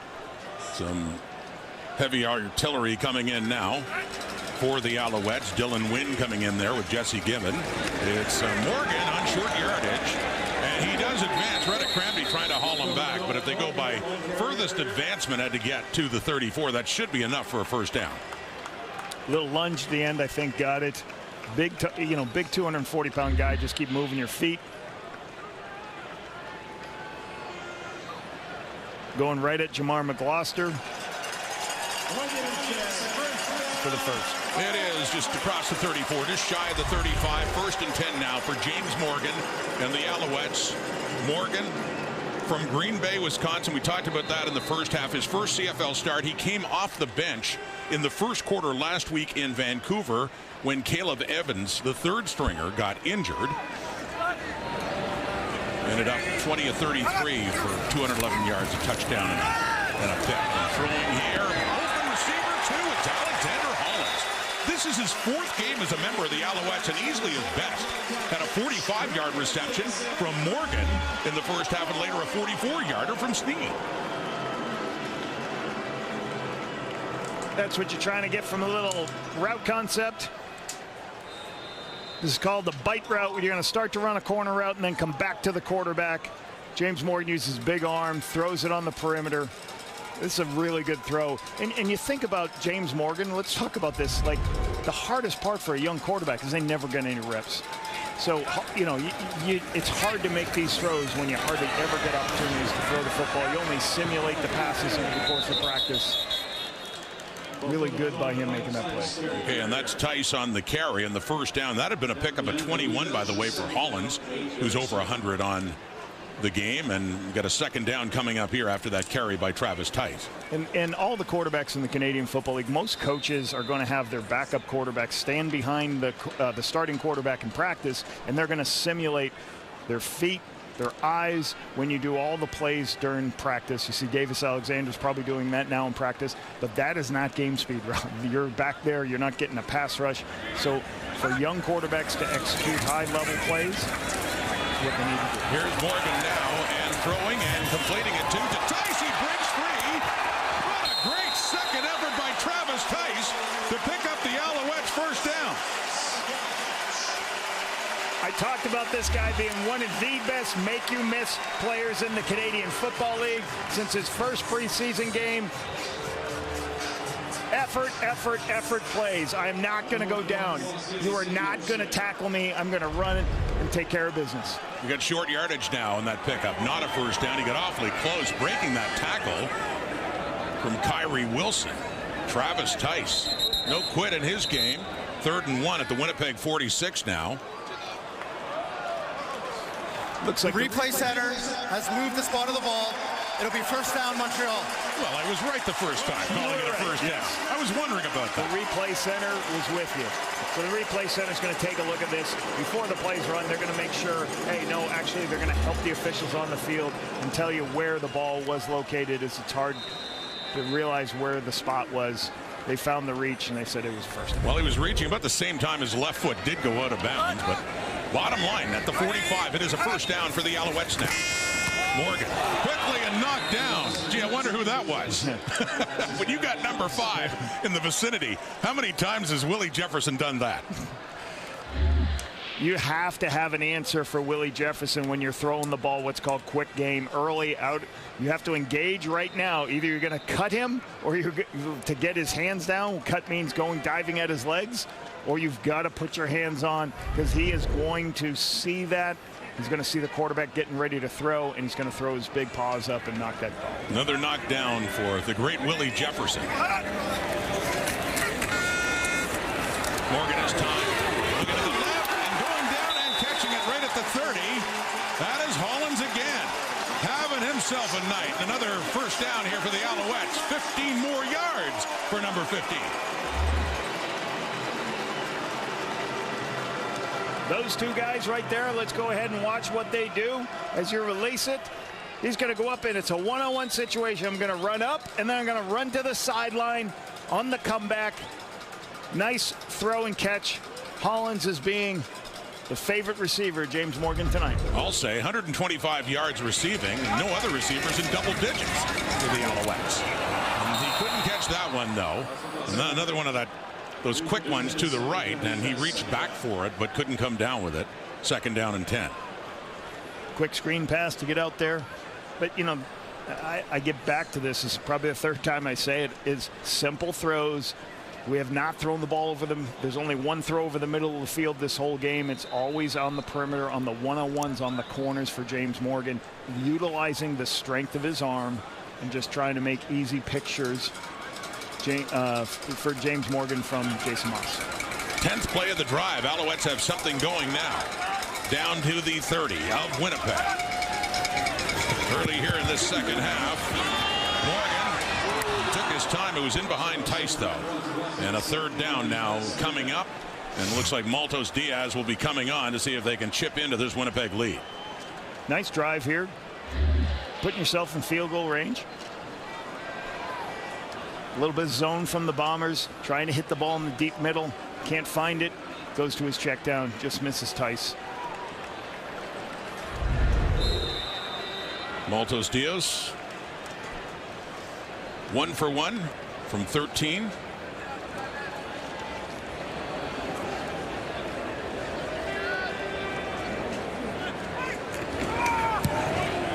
Perfect again. 2 for 2. The Alouettes with 3 more on the board. 3-point ball game. Winnipeg still leading. Bomber football, but they're missing some key players now. Nick Dembski's night is done. He will not be back, we are told.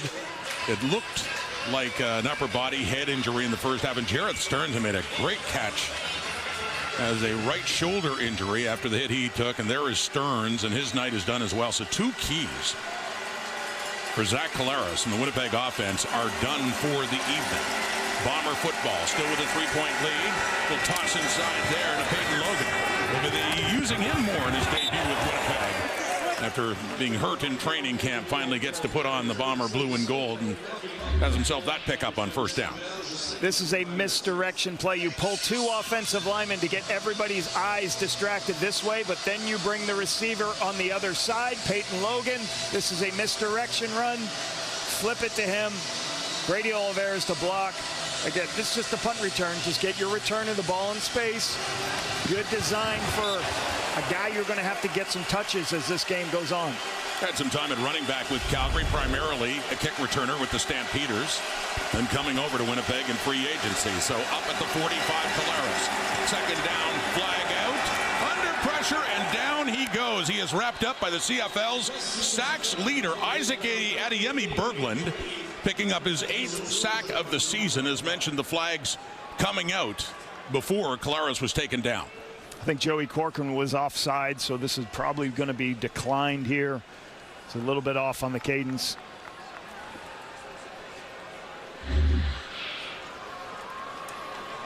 Berglund on the rush on the perimeter. Gets a good speed rush. Offside. Runs by Randolph. Winnipeg, number 81. Penalties declined. Third down. Zach can't find any place to throw. He holds the ball. Once he starts holding the ball, pass rush is going to get home. Sean Lemon got his first shot in there, and then Isaac Adeyemi Berglund finished it off in the sack of Collaros. So Jamison Sheehan, that is 25. Travis Tice back for the return. Last possession, the Alouettes cut into the lead with a field goal, and they're getting the ball back. Tice now, and he is tackled there by Michael Ayers around the 30. Adeyemi Berglund, runner-up to Brady Oliveira for top Canadian last year. CFL sacks leader.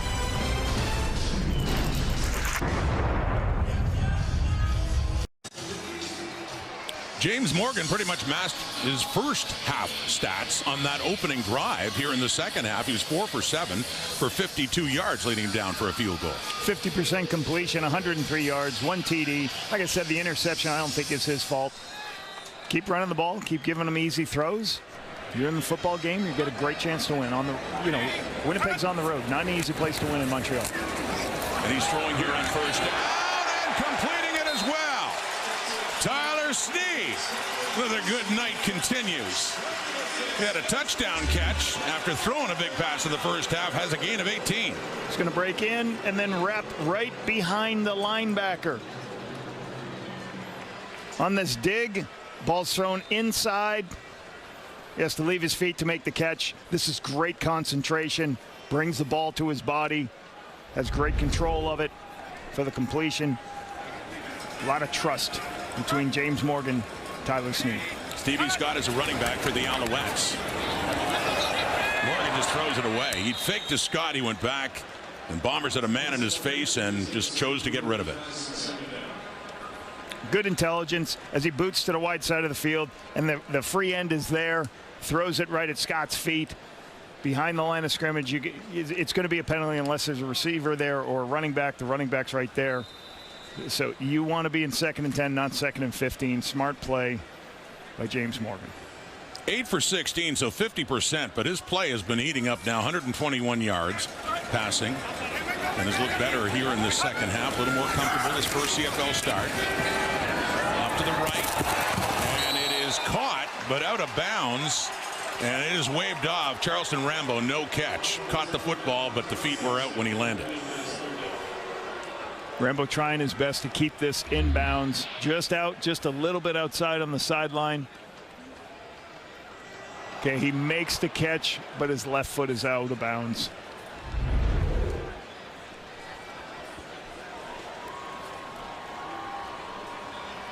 Good stop by the Bombers trying to get the ball back. Now that ball is at the 48 of the Alouettes. There's Trey Vavel, one of the top returners in his first year in the CFL. Most notably, a few weeks ago in Winnipeg against the Argos when he had a couple of returns for touchdowns. Joseph Zima to punt it away from Montreal. Good booming punt. Chasing Vavel back inside his 10.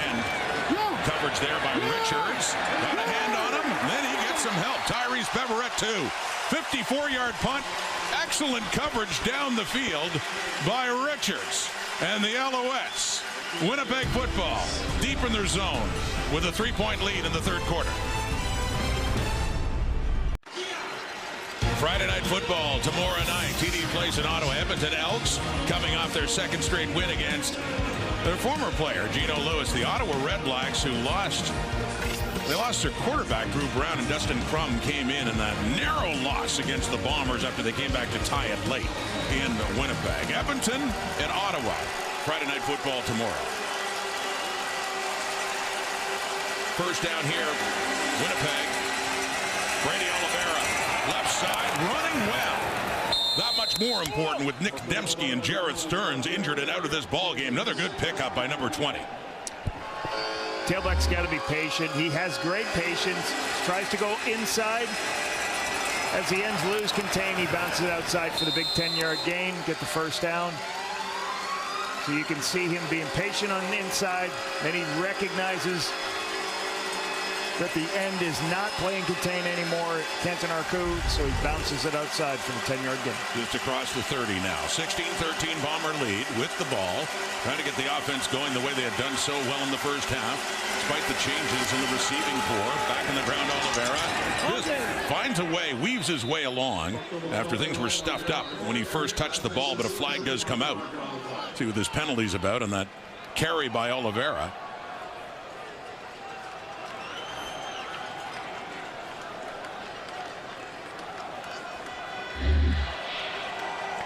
I think the penalty is going to be here. Winnipeg, number 65. It's a 10-yard penalty. We'll repeat first down. To ELE as he comes across and basically tackles by the neck of the defensive end. Can't do that. The extra offensive lineman in playing fullback as he comes across. Sometimes it's harder. Some of those, when you put those old linemen in, you want them to block Rod. You want them to play fullback. They just don't have as many reps of that, but he should. No different than if he's a guard pulling out a guy and kicking him out. He's just got to get his hands inside. That's what I was just telling him right now. The backup quarterback, Chris Strevler, is in this game. You see 17 going out to the left for Caleros here on a 1st and 20 now. And it is caught by Strevler, but the whistle blows. A flag had come out in the Bomber backfield. Yeah, there's a reason Chris Strevler is one of the most liked guys in the building in Winnipeg. This is a guy who can do many of things when you know, when I was fortunate enough to work with him, I used to use him on speed sweeps. He'd be in the game. We'd go to Wildcat and hand him the football. Remember the Grey Cup in 2019, the way you used them both. He was one of the fastest guys. And, you know, certainly now you can see Stanley Bryant right here thinking the defensive line moved offsides. Offside, Montreal, number 91. 5-yard penalty. It remains first down. So good call by Stanley, stepping back when he felt Demi Berglund back into the neutral zone. But back to Strebler. I fully expect him to finish the game as a receiver for this football team. He can go in, he's fast, he can catch the ball. He was, you know, there were times when his college career teams wanted to move his position from quarterback to other spots. So you've got a really good athlete that you can put in at times if you want to get some touches. He stays in the slot. Mentioned no Nick Dembski, no Garrett Stearns. Harris stepping it out for Oliveira. One hand brings it down. That was a high pass, but good work by Oliveira to pick it up and get some of that penalty yardage back on that first down. Well, they already did with the penalty, and then that was a 1st and 5. He got about 3 or 4 yards of that. 2nd and long coming up. Yeah, Claris gets hit here, trying to find some downfield throws. He gets moved outside because Big Oakman's on his way in to make a play on him. Great catch by Brady. Concentration, finding the ball in the air, and still making people miss. Now the Bombers, they're 10 of 15 on 2nd down conversions, 67%. That's excellent versus this really good defense in Montreal. It's tough to overcome this 2nd and 12 here. There we go, 2nd down. And short underneath again. Oliveira, let him do the rest. Puts his head down. Gets it up across the 35, but nowhere near enough for a 1st down. 3rd down coming up, and Winnipeg will have to punt.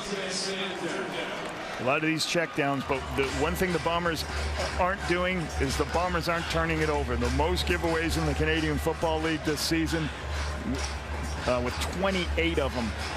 Continuing to get checkdowns, do what they can, keep playing defense, make sure they finish every drive with a kick, Rod. They're +1 in turnovers tonight. The only turnover, an interception by Evan Holm off James Morgan, throwing it from his end zone in the first half. Jamison Sheehan on. Travis Tice, the returner again, the lone one back for the Alouettes. Getting it back late 3rd quarter now, under 3 minutes to go. And just a field goal difference between these two teams in their first meeting of the season. Tice on the move to the right, picks it up and gets up around the 40. Late flag coming out on that return by Travis Tice. Middle linebacker Tony Jones of the Bombers. It's not easy taking over from a future Hall of Famer in Adam Bighill. Matthew Shinetti will have his story coming up. Welcome back to Montreal as we near the end of the 3rd quarter, and Tony Jones is now going to be inside the middle of Winnipeg's defense. It was so interesting this week. He was extolling all of the advice that he got from Adam Bighill. Adam Bighill is no longer a Bomber. This is Tony Jones' defense now. And speaking to defensive coordinator Jordan Younger, as I was before the game, he talked about Jones playing with his hair on fire. This constant sense that he wants to get to the ball first and go ahead and attack every single gap. And Younger said maybe cerebrally that puts a lot on the Will and the Sam linebacker beside him. But the one thing Younger said to Jones before he really got this job was, you can't go ahead and worry about all the details. Play as we trust you. A lot of teams are going to have a lot of tape on you. We're not expecting you to win a football game on your own. We're expecting all the effort, and that's what the Bombers are getting, Rod. He had a lot of praise for Adam Bighill, Matthew, but yeah, it can't be easy trying to fill his shoes. And doing so admirably this season. Their leading tackler, is he not much there for Travis Tice, the ball carrier, but for Jones, 6 tackles tonight. He had 11 last week, Lapo, and yeah, coming over after being let go by the Edmonton Elks last year. Well, he had no better training. Spending 3 years with Adam Bighill in Winnipeg myself, you would walk by the meeting room, and it's not always the coaches talking. You hear Adam Bighill speaking to the defense. So he had a great person. He spoke highly about it. I tried to pick his brain as much as I could. But Adam Bighill is a coach on the field. He's a coach in the meeting rooms. So to have a guy, a Hall of Famer, who loves to teach and communicate, has helped his game. 2nd and 7 now after the 3-yard gain by Tice. Morgan is throwing, and it's complete too. Favorite target. That's Sneed. Another catch for Tyler Sneed. You say favorite target. Alex Hollins has really carried the load tonight, but Sneed coming up with his 4th catch. Nice protection. Be able to take his drop. Just find Sneed on the curl route coming back to the ball for the first down. You can just see the arm strength of James and the understanding where he's going with that football. There is no hesitation where he's going with the football. Sneed has their touchdown. You mentioned Hollins, number 15, has 125 yards receiving. Here's play action pass coming up here from Morgan. Another shot over the middle intended there for Cole Speaker, who was hit right away. Cam Allen in there and hits him, and it comes out. It's incomplete. 2nd down. Cam Allen's the reason this is an incomplete pass. The deep crossing route. Allen's there right as the ball gets there, and he's able to deliver a blow. You can see his right hand knocks his ball down. So great play from him coming from a free safety spot downhill to make a play on the football. In his first year at Purdue, Cam Allen, part of that Bomber secondary. That they've had some key injuries there too. They've had to make some changes. Here's Morgan again, going to the right this time, and on that out, the closest receiver is Hollins, and it falls incomplete. It's 3rd down coming up. Tough throw to the wide side of the field. Trying to figure out where it was. Didn't have a good angle. Pretty good protection, just misses the throw to the wide side of the field.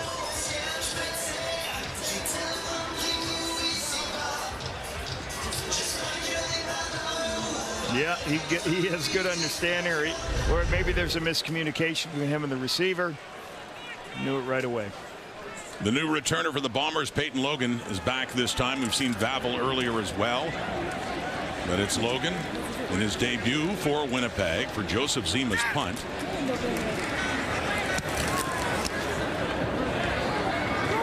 lot of this from Calgary as he comes in, he takes it, and he's immediately pushed back. Greeted there by another one of the special teams tackles leaders, and the veteran Alexander Gagne. Make sure he goes no further.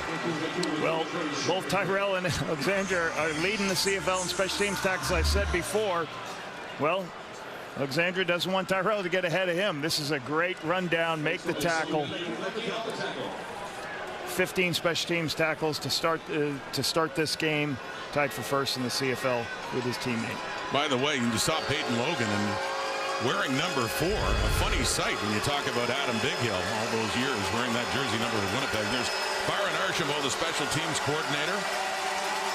Returning punts today. He catches punts from the punter. That's how he says he warms up when I talked to him before the game. Catching punts. Did a pretty good job for, I guess he was a linebacker back in the day. He was. Late 3rd quarter, another good run by Brady Oliveira, getting it up to the 45. A gain of 16 for Oliveira. Has really been running hard tonight at a time when they certainly do need him to, with the injuries to the receiving corps, trying to hang on to their lead. They do, but the Alouettes got it closer. Only 3 points in that third. 16-13, heading to the final 50.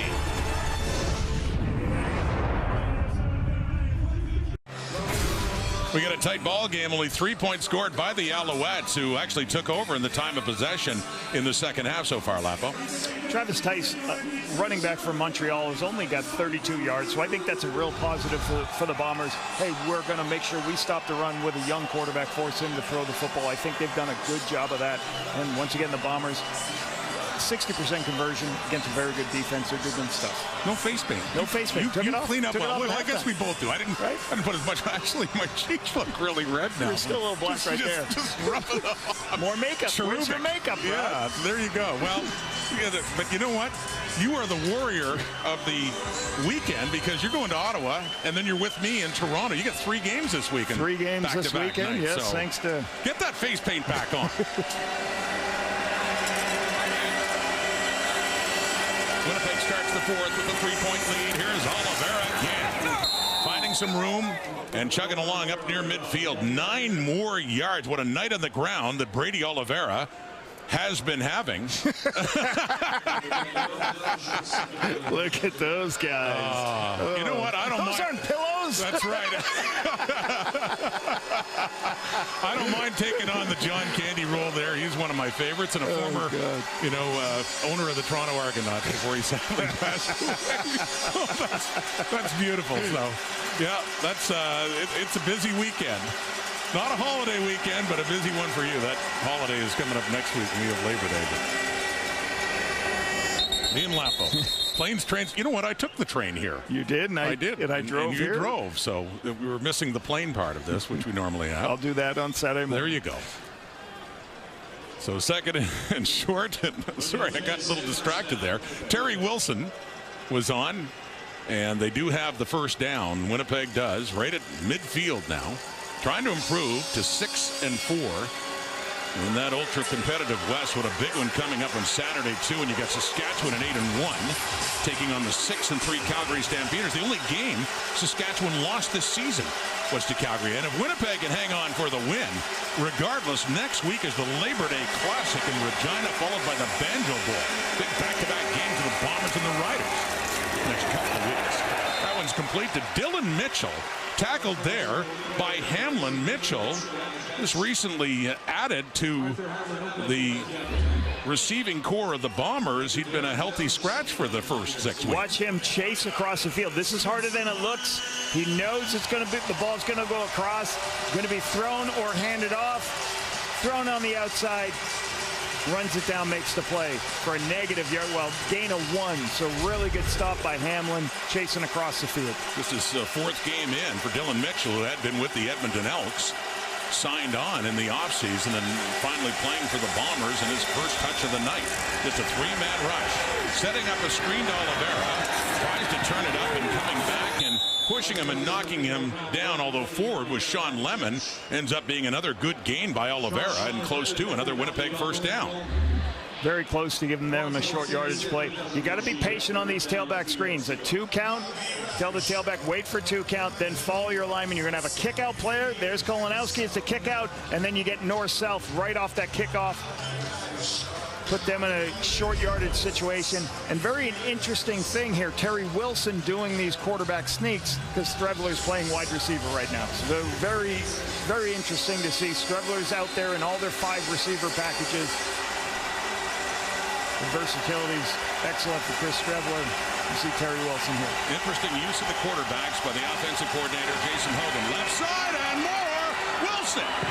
Well, he fools the Alouettes. Instead of firing it straight up, he goes way left. And Tyrese Beverett ends up chasing him down, but 16 yards in that short yardage play for Terry Wilson. This is why you have all these extra players here, because sometimes you have an off-tackle wedge, but if you can see that there's nobody there, you have the ability to bounce it outside. That's why everybody started playing with everybody condensed inside, because you have athletic quarterbacks who can flip the field and go on the outside. That was a Chris Strevler thing all the time. He had speed, get around. Wilson taken right out of his playbook. Jason Hogan, good scheme there. Down to the 30 of the Alouettes. 3-point lead. Bombers in scoring position again. Zach Collaros, 24 of 27 on the night. Taking the handoff. Pressure coming. Wesley Sutton nearly got to him as Collaros ends up throwing it away. Closest receiver was Kevin's Clarcius, but incomplete second down. Sometimes I think if you watch here, you're trying to see what this end's going to do. So Zach's trying to read it. Is this a handoff? You know, I don't know if he's going to have a lot of time here. You got Sutton chasing you down from the backside. Sean Lemon kind of playing wide enough that he could have handed that football off. And then Sutton chases him down. Good throwaway by him. Zach Larissa. See Strevler going out wide to the right. The backup quarterback used as a receiver at this point with the injuries they have. Second down quickly. Caught, and it's Mitchell. Has the catch and has the first down too, as he gets it down to around the 10 for Winnipeg. He'll be on the outcut with a clear out, but watch this. Pressure off the edge. Brady Oliver picks it up. Mitchell's out in the flat. That shows up because Brady makes the block. Zach trusts the block is going to be made on the perimeter, because like I said, this Montreal team's bringing pressure from all different spots. Brady makes the protection. Zach trusts it, throws it out to Mitchell, but there's nobody there because there's zone blitzing. Just his second catch of the night, a much bigger one than that previous one this drive that only went for a yard. It's inside the 10. It's a 1st and goal, Winnipeg. Mitchell had 5 catches coming into this game, only 29 yards in 2 games he's been on the roster.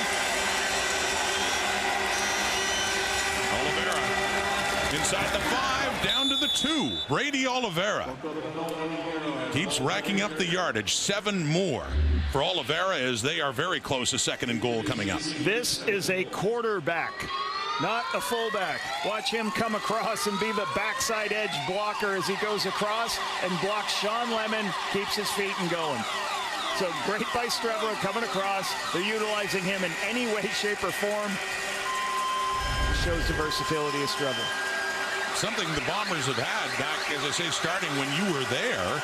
He went away to the NFL for a while, coming back, but you don't often see a team able to use their backup quarterback that way. Chris Strebler blocking for Oliveira. And here we go, a 2nd and goal. They're down close, down at the Alouette 3. Up by 3. Oliveira again, takes a hit, keeps his feet, drives into the end zone for the Winnipeg touchdown. Great second effort for a running back that would not be denied. Brady Oliveira, touchdown Bombers, 2-score game. We talked about Travis Tice making people miss, breaking tackles. Brady Oliveira is very good at it too. He's got second effort here. Bumps in right at the start. 2 people trying to get a touch of him, can't get a piece of him. Keeps his leg drive, keeps the low center of gravity. In for the touchdown. That was Dylan Wynn that got in and had stopped him, but he bounced off that. He kept going. And now, by the way, Oliveira's over 100 yards rushing. He's at 102. And with that, his 2nd rushing touchdown of the season. He got his first one just last week against Ottawa. Back-to-back games with a touchdown and a big one here with a point after from Castillo to make it Winnipeg 23, Montreal 13. They've opened up a 10-point lead, an impressive drive down the field. Number 20 had a lot of say in that, capping it off.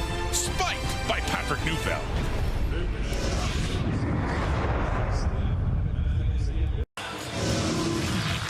Ten plays, 81 yards, 6 minutes off the clock. Brady Oliveira on the screen pass, extra yardage getting in. Chris Strebler getting in, blocking the backside end. Let's go. Let's go play football on the inside. Davis Alexander loves it. Seeing a quarterback doing extra work. Brady making people miss. Low center of gravity, bouncing off guys for the touchdown. Great effort play by Brady Oliveira. Great drive by the Winnipeg offense. It's like Alexander saying, this is what quarterbacks are expected to do now. Multi-purpose for Chris Strebler. And Travis Tice nowhere to run that time, right at the 25. And the Alouettes in a bigger hole now, down 10 points, approaching the midway point of the 4th quarter. Here comes James Morgan, 9 of 20 for 132. And the touchdown pass, 1 intercepted.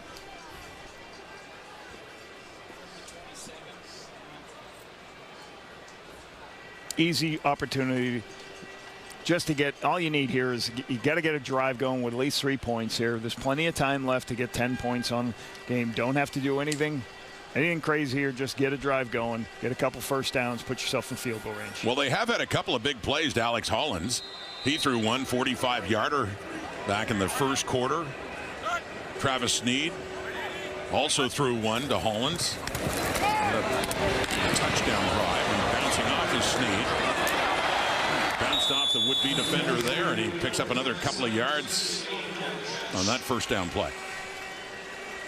3 steps, quarterback's friend. The outside receiver comes in immediately. Usually the field corner, the widest corner to the wide side of the field, plays with a lot of depth. It gives you that throw for a 7-yard gain. Nice catch by Sneed before Holm delivers a blow. 2nd and 3. James Morgan with time. Throws it, completes it to Charleston Rambo. And after the catch, Rambo works it up close to the Alouette 50 and a first down, Montreal.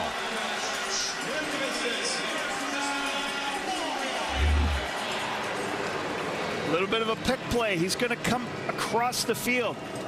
Quarterback's looking over on this side, and then that's the guy on the other side.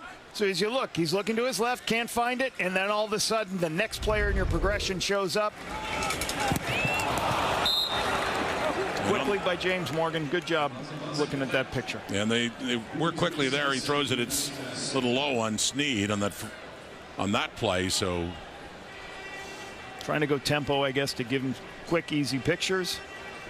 Puts them in a second and long. They haven't had a lot of second and longs in this game. They've called a good game to keep him manageable down in distances.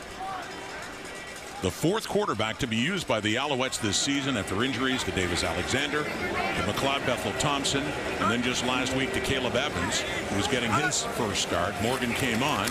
Morgan gets his first start. He completes that one to Cole Speaker near midfield. Not enough for a first down. We get a third down coming up here for the Alouettes after they pick up 6 yards. 6-yard gain on 2nd and 10. Keeps everybody in front of you. Try to get yourself to a 3rd and medium. Well, 3rd and medium, maybe 4 yards. The offense has stayed on the field. Morgan is still there.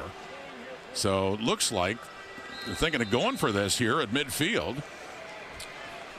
It's either a hard count where they're trying to get him to jump off sides. Yeah, well, the distance is right. Go for it. Because they only need 4 yards. But no, they snap the ball.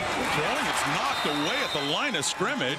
And the Alouettes have turned over the ball for the second time in this game. A turnover on downs. Willie Jefferson getting in the Alouettes' business again there as he gets those hands up. So they went for it on 3rd down. Jefferson denies them. Winnipeg football in good shape with a 10-point lead. 6:03 on the clock. Happy birthday, Grandma. Happy birthday. Willie Jefferson, his 11th CFL season. Countless times he has knocked it down. He's done it twice tonight, Lapo, including that one that forced a turnover on downs. Somebody you have to have a game plan for every time you play him. He's not as much of a fierce pass rusher anymore, but he is the most pass knockdown in CFL history, getting close to that. And obviously those are two defensive backs, Eddie Davis, Adrian Smith. So as a defensive lineman, the most as a defensive lineman in history. Adrian Smith, Keandre's dad, by the way. Very good career with the Argos. With Willie Jefferson, talking about a great career. 17th time in his career with multiple knockdowns in a game. Started with Edmonton, won a Grey Cup 10 years ago with Edmonton. Moved to Saskatchewan and had some great years flourishing with Winnipeg. And speaking of flourishing, on the night, already over 100 on the ground is Brady Oliveira. His 20th touch of the night, and they're letting him put in the work in this one as he's their leading receiver as well. 9 catches, 65 yards. A lot of credit's got to go to Zach Collaros, who just understands I don't have any of the throws downfield. I'm going to keep getting my check downs. And when you throw it to Brady Oliveira, he's going to make people miss. Forces this 2nd and 2 situation. You see Osh right there telling, hey, we're doing a good job. Keep running the ball. Keep controlling the clock. Don't force any bad scenarios. It's a 2nd down and short, so Strebler has been playing slot back. In at quarterback. Motion Peyton Logan. And now looks like they're switching things up now. As Strebler heads towards the sideline and Collaros coming back in. Flag coming up. I'm not sure if they got a timeout in time. It looks like it was a time count. Clock was at 0 when I looked up. They're trying to do a multiple play where they're moving people in motion, trying to get them to jump. And I think they ran out of time.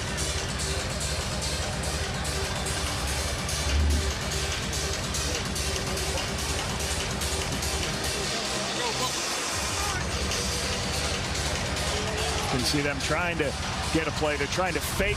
That first movement was a fake, and then they're trying to get back to run. Time count violation. Winnipeg, number 17. It's 5-yard penalty. It remains 2nd down. So not enough time to be able to fake the play and then try to get to your next play, their 2nd tempo play. Difficult penalty to take.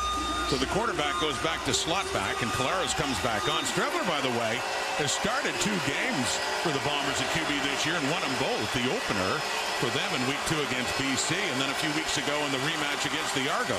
Well, when I first came into the Canadian Football League, you weren't allowed to do this. Your quarterback couldn't go into the game as a receiver because people would load rosters with receivers at quarterback spots. Second down play caught by Clercius. Big Kevin's Clercius, and just goes and collides in with Lorenzo Burns there. Big target is the Canadian. The Montreal kid Clercius gets close to a first down. Nice throw out on the sideline. Good shoulder, pad level down. Makes a good hit on Lorenzo Burns. Forces the other QB sneak situation again. So Terry Wilson comes back in. Strebler normally handles the short yardage, but with them taking on a different role on the offense with the injuries to their receiving core. And Nick Dembski, Jareth Stearns gone for the night, hurt in the first half. It's Wilson handling the short yardage. He had a big gain before and another nice one as he goes right side and knifes his way down to the 40. 5-yard pickup easily. Getting it his last one, he went for 16 on a short yardage play. I like the eye candy. Couple of receivers running to the left, making you think the ball's going to go over to the left-hand side of the defense, but Wilson just jumps to the right for a big gain for the first down. Easy yardage.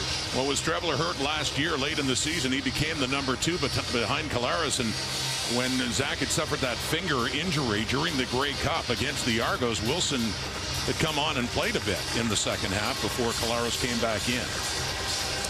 You see they're breaking the huddle with 9 seconds left, so they're going to snap all these balls. They're going to snap it at 2 to 3 seconds, try to take as much time off the clock. That they do, handing it off to number 20 again. Oliveira's busy night continues as he gets it down to the 35. He is their leading rusher. He is their leading receiver by far as well. Brady Oliveira, last year's most outstanding player in the CFL. Montreal calling the timeout, trying to conserve as much time as you can because they know Winnipeg is in their turtle situation where they're going to go as slow as they can and run as much time off the clock.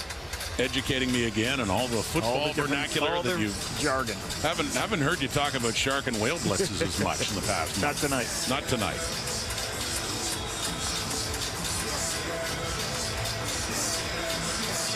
Yeah, there's a lot of people said this should be an easy blowout.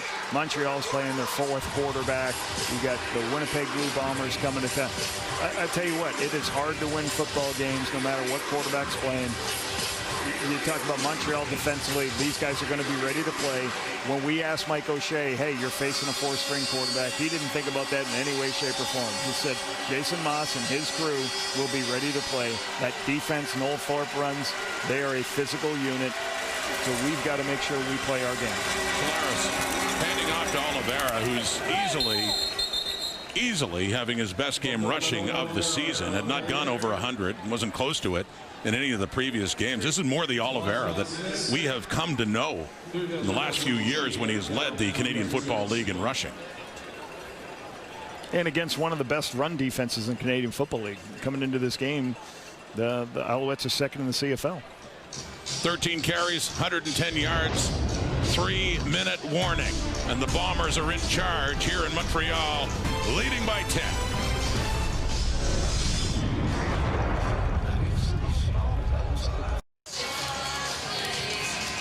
3 minutes to go, and the Alouettes trail by 10, and the Bombers trail.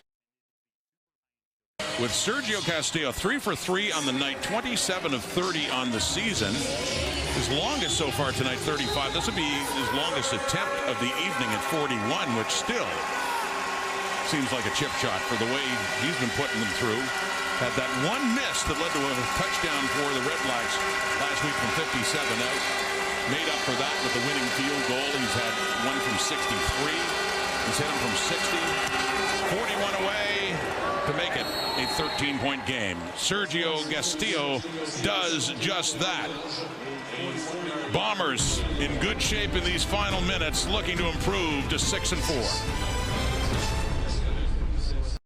Just over 2.5 minutes to go here in Montreal. The Owls are down 13, but you wouldn't know it with the energy that starting quarterback Davis Alexander has been showing. And I say starting quarterback because even though James Morgan is out there, it really is Davis Alexander's team, and he has been with Morgan, talking to him after every single series, with the defense, with the special teams. I've been kind of pacing up and down with him, and even though he's got that compression sleeve on his left leg, he is moving quite energized out there, guys. He did throw some pregame, and speaking to Alexander, he says at this point, expect to return in September.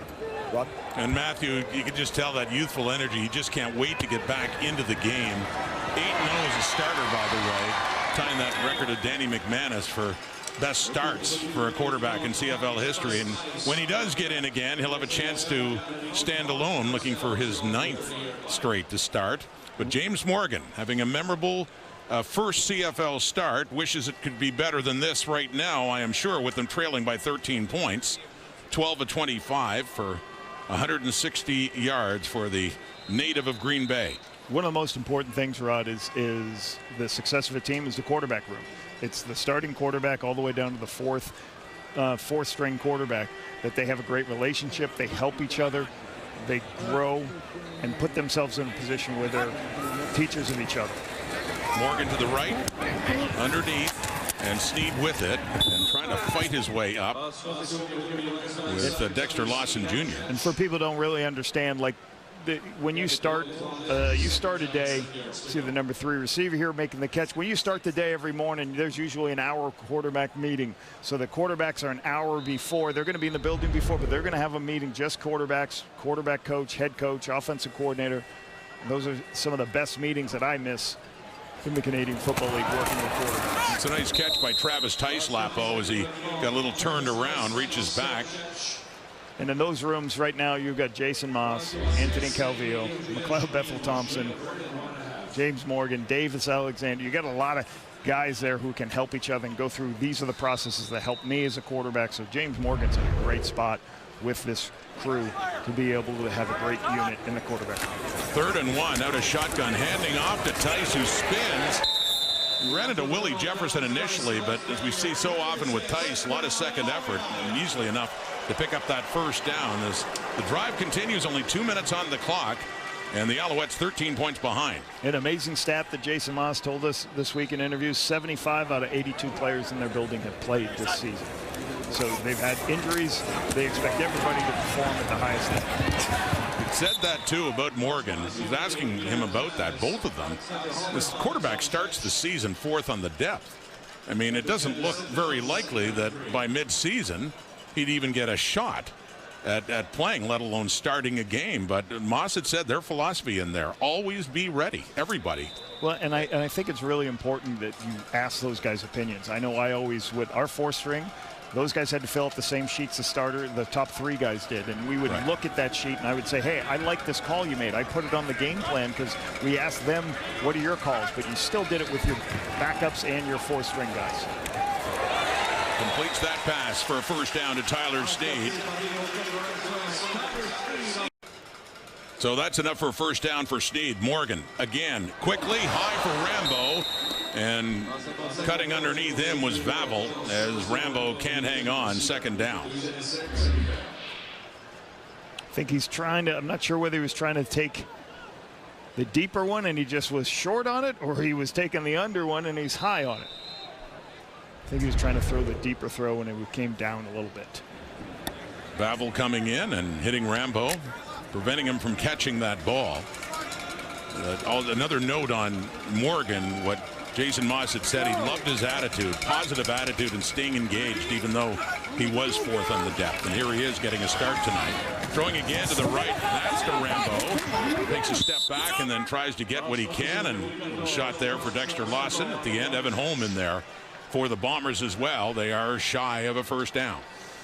So the starting quarterback is going to spend a ton of time in the office.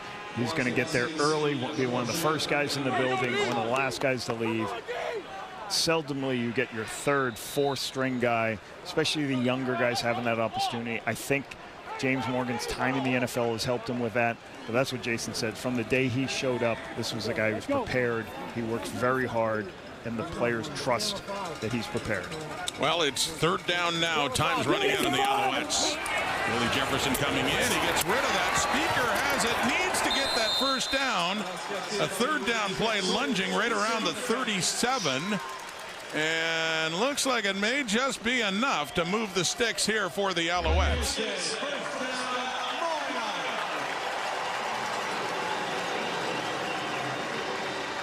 With Michael Griffin all over him there, he still is able to get it done. They keep going. There's a deep shot. Morgan, end zone for Rambo, but it's short, and it's intercepted. Morgan is picked off again. It's Vavel who gets it and lands in the Winnipeg end zone, and that should just about do it. Turnovers, part of the story to be sure. 2 interceptions, 1 turnover on downs. But that's it. Winnipeg football. Very little time left, leading by 13. Trey Vavel making the play on the short throw. Just running it down. Just getting underneath. Rambo can't adjust in time. Vavel does, takes it at the highest point for the interception. So if we give this to the Bombers, looking about to improve to 6-4 with a couple of games against the Riders over the next 2 weeks, and the Labor Day Classic and the Banjo Bowl. And for James Morgan, not enough on this night in his first CFL start as they start to celebrate on the Winnipeg sideline. The Bombers started 3-0, as did the Alouettes, and they both ran into some turbulence. Montreal 5-5. The biggest story, of course, all those injuries they've had at quarterback. But bear in mind for Winnipeg, it was a worse start a year ago. Look at Oliveira continuing to run. There's barely a minute to go, and he racks up another 10 yards. Pat his stats right there. Let's next week. Or this week, the rest, excuse me, tomorrow. Elks and the Red Blacks in Ottawa. Lions and Argos. Lapo, you're not going to be there. You're going to be in Ottawa as well. You're a machine this week. Paul Lapolis, keep that face paint on. You've got 3 straight games on the call for the Elks and the Red Blacks tomorrow, and then the Riders Stampeders game of the week for the best in the West. Saskatchewan Roughriders on top of the CFL at 8-1. And Winnipeg will be thinking about the Riders after this game. Winnipeg got hot a year ago after a sluggish start. Brady Oliveira was a big part of that. And that carry puts Brady Oliveira over 200 total yards offense on the night as he gets 13 more. What a night. 120 rushing on the evening. Like I said, against the second best defense in the Canadian Football League against a run. They're only giving up 80 yards. Brady been dominating factor. And I would say this, you know, I'm thinking about that last interception. Trey Vavel, let's go back to him. Like, this guy went in and became a great punt returner for the Bombers. Oh, well, now we need you to play defense. Step up and play defense. Got a couple interceptions. Been very, you know, in the last couple of weeks, really good for Trey Vavel. Keep bringing new players into the organization. That's what you always talk about the Bombers. Oh, they're older. They got older guys. They got Willie Jefferson. You do have to have new players come into the building and step up and make plays. Okay? You know you're going to get plays from this guy, Brady Oliveira. I talked to him today about his first touchdown. He's like, yep, I'm going to just going to start rolling from there and see Trey Vavel. And that's after the injury Lapo to Terrell Bonds, devastating against Calgary, and his season is over. And you need someone like Vavel. The versatility that Winnipeg's had in their roster as well. They've had injury challenges. All teams do. Certainly we talked about the Alouettes and what they've gone through. But Winnipeg responding well in this game tonight on the road in the East. Oliveira, 24 touches, 206 total yards, and that 1 touchdown. Second straight week he's had one. What a night for him. Far and away his best in 2025. For the reigning most outstanding player in the CFL. Why not? Gets it again, crossing midfield. Just a half a minute to go as the Alouettes are about to fall below 500 and suffer their 4th straight loss, Lapo, since 2023. And we remember what they did. It was a turning point for Jason Moss in his first season with the Alouettes. Things looked dire. They'd lost 4 straight, sub 500, and then they went on a tear. They need to do that again. They ran the table the rest of the way, including the Grey Cup victory over Winnipeg. I believe they brought in Darnell Sankey. That was a big addition. And Sean Lemon. They had Lemon earlier, and then when they brought Sankey in, and an injured Alouette, by the way, is Sean Oakman. But no, for Moss, and he has said that. Obviously, the wins and losses do matter. But when we talked to him about how things have been faltering for Montreal, and what he and Danny Machocha have been dealing with these injuries. He expects the attitude, he expects the method to be the same, and that part is important. That doesn't change. The attitude doesn't change. The players in the building got to expect to be ready to play every game, and you got to expect to be playing at a high level, no matter who steps in. If they're in the building, we expect you to play at a high level. And then you could look at these updated standings. You know, they're where they need to be. They need to get healthy. They need to keep playing.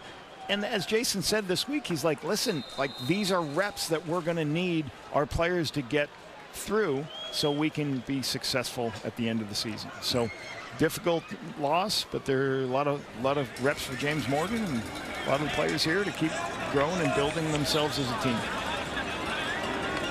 It's the final few seconds here of this ball game. Zach Collaros, great night for him. 27-31. You saw these standings in the West with Winnipeg winning, going to 6-4. Tied in points, playing one more game than Calgary, a team that swept the season series, by the way, against them. So Stampeders in second and trying to get closer to Saskatchewan on top. And that crossover right now with the BC Lions, and they play the Argos in Toronto on Saturday. That's still in play, the way things are going now, with only one team above 500 in the East Division, that being the idle Hamilton Tiger Cats. First meeting of the season between the Bombers and the Alouettes ends up being decisive. First start for James Morgan. Had a couple of plays to remember, but overall, it was a 13-point defeat. Bombers didn't turn the ball over, got a couple of takeaways. Zach completed 88% of his passes, 263 yards, 0 interceptions, and Brady Oliveira, 16 carries, 137 yards, and 9 receptions for 73. This is a team that does a very good job of, like, hey, it is our opportunity. Let's make our plays. Defense, hold them out of there, Rod. It's a great win for them on the road. You saw that shot before he elated a Bomber fan who wanted the jersey signed, and he obliged, went over, talked to that fan before. She was excited to meet him, and then look what he did on the field. Easily his best. Bombers win. Sports Center next with Jennifer Hedger and Lindsay Hamilton. Have a great night, everybody.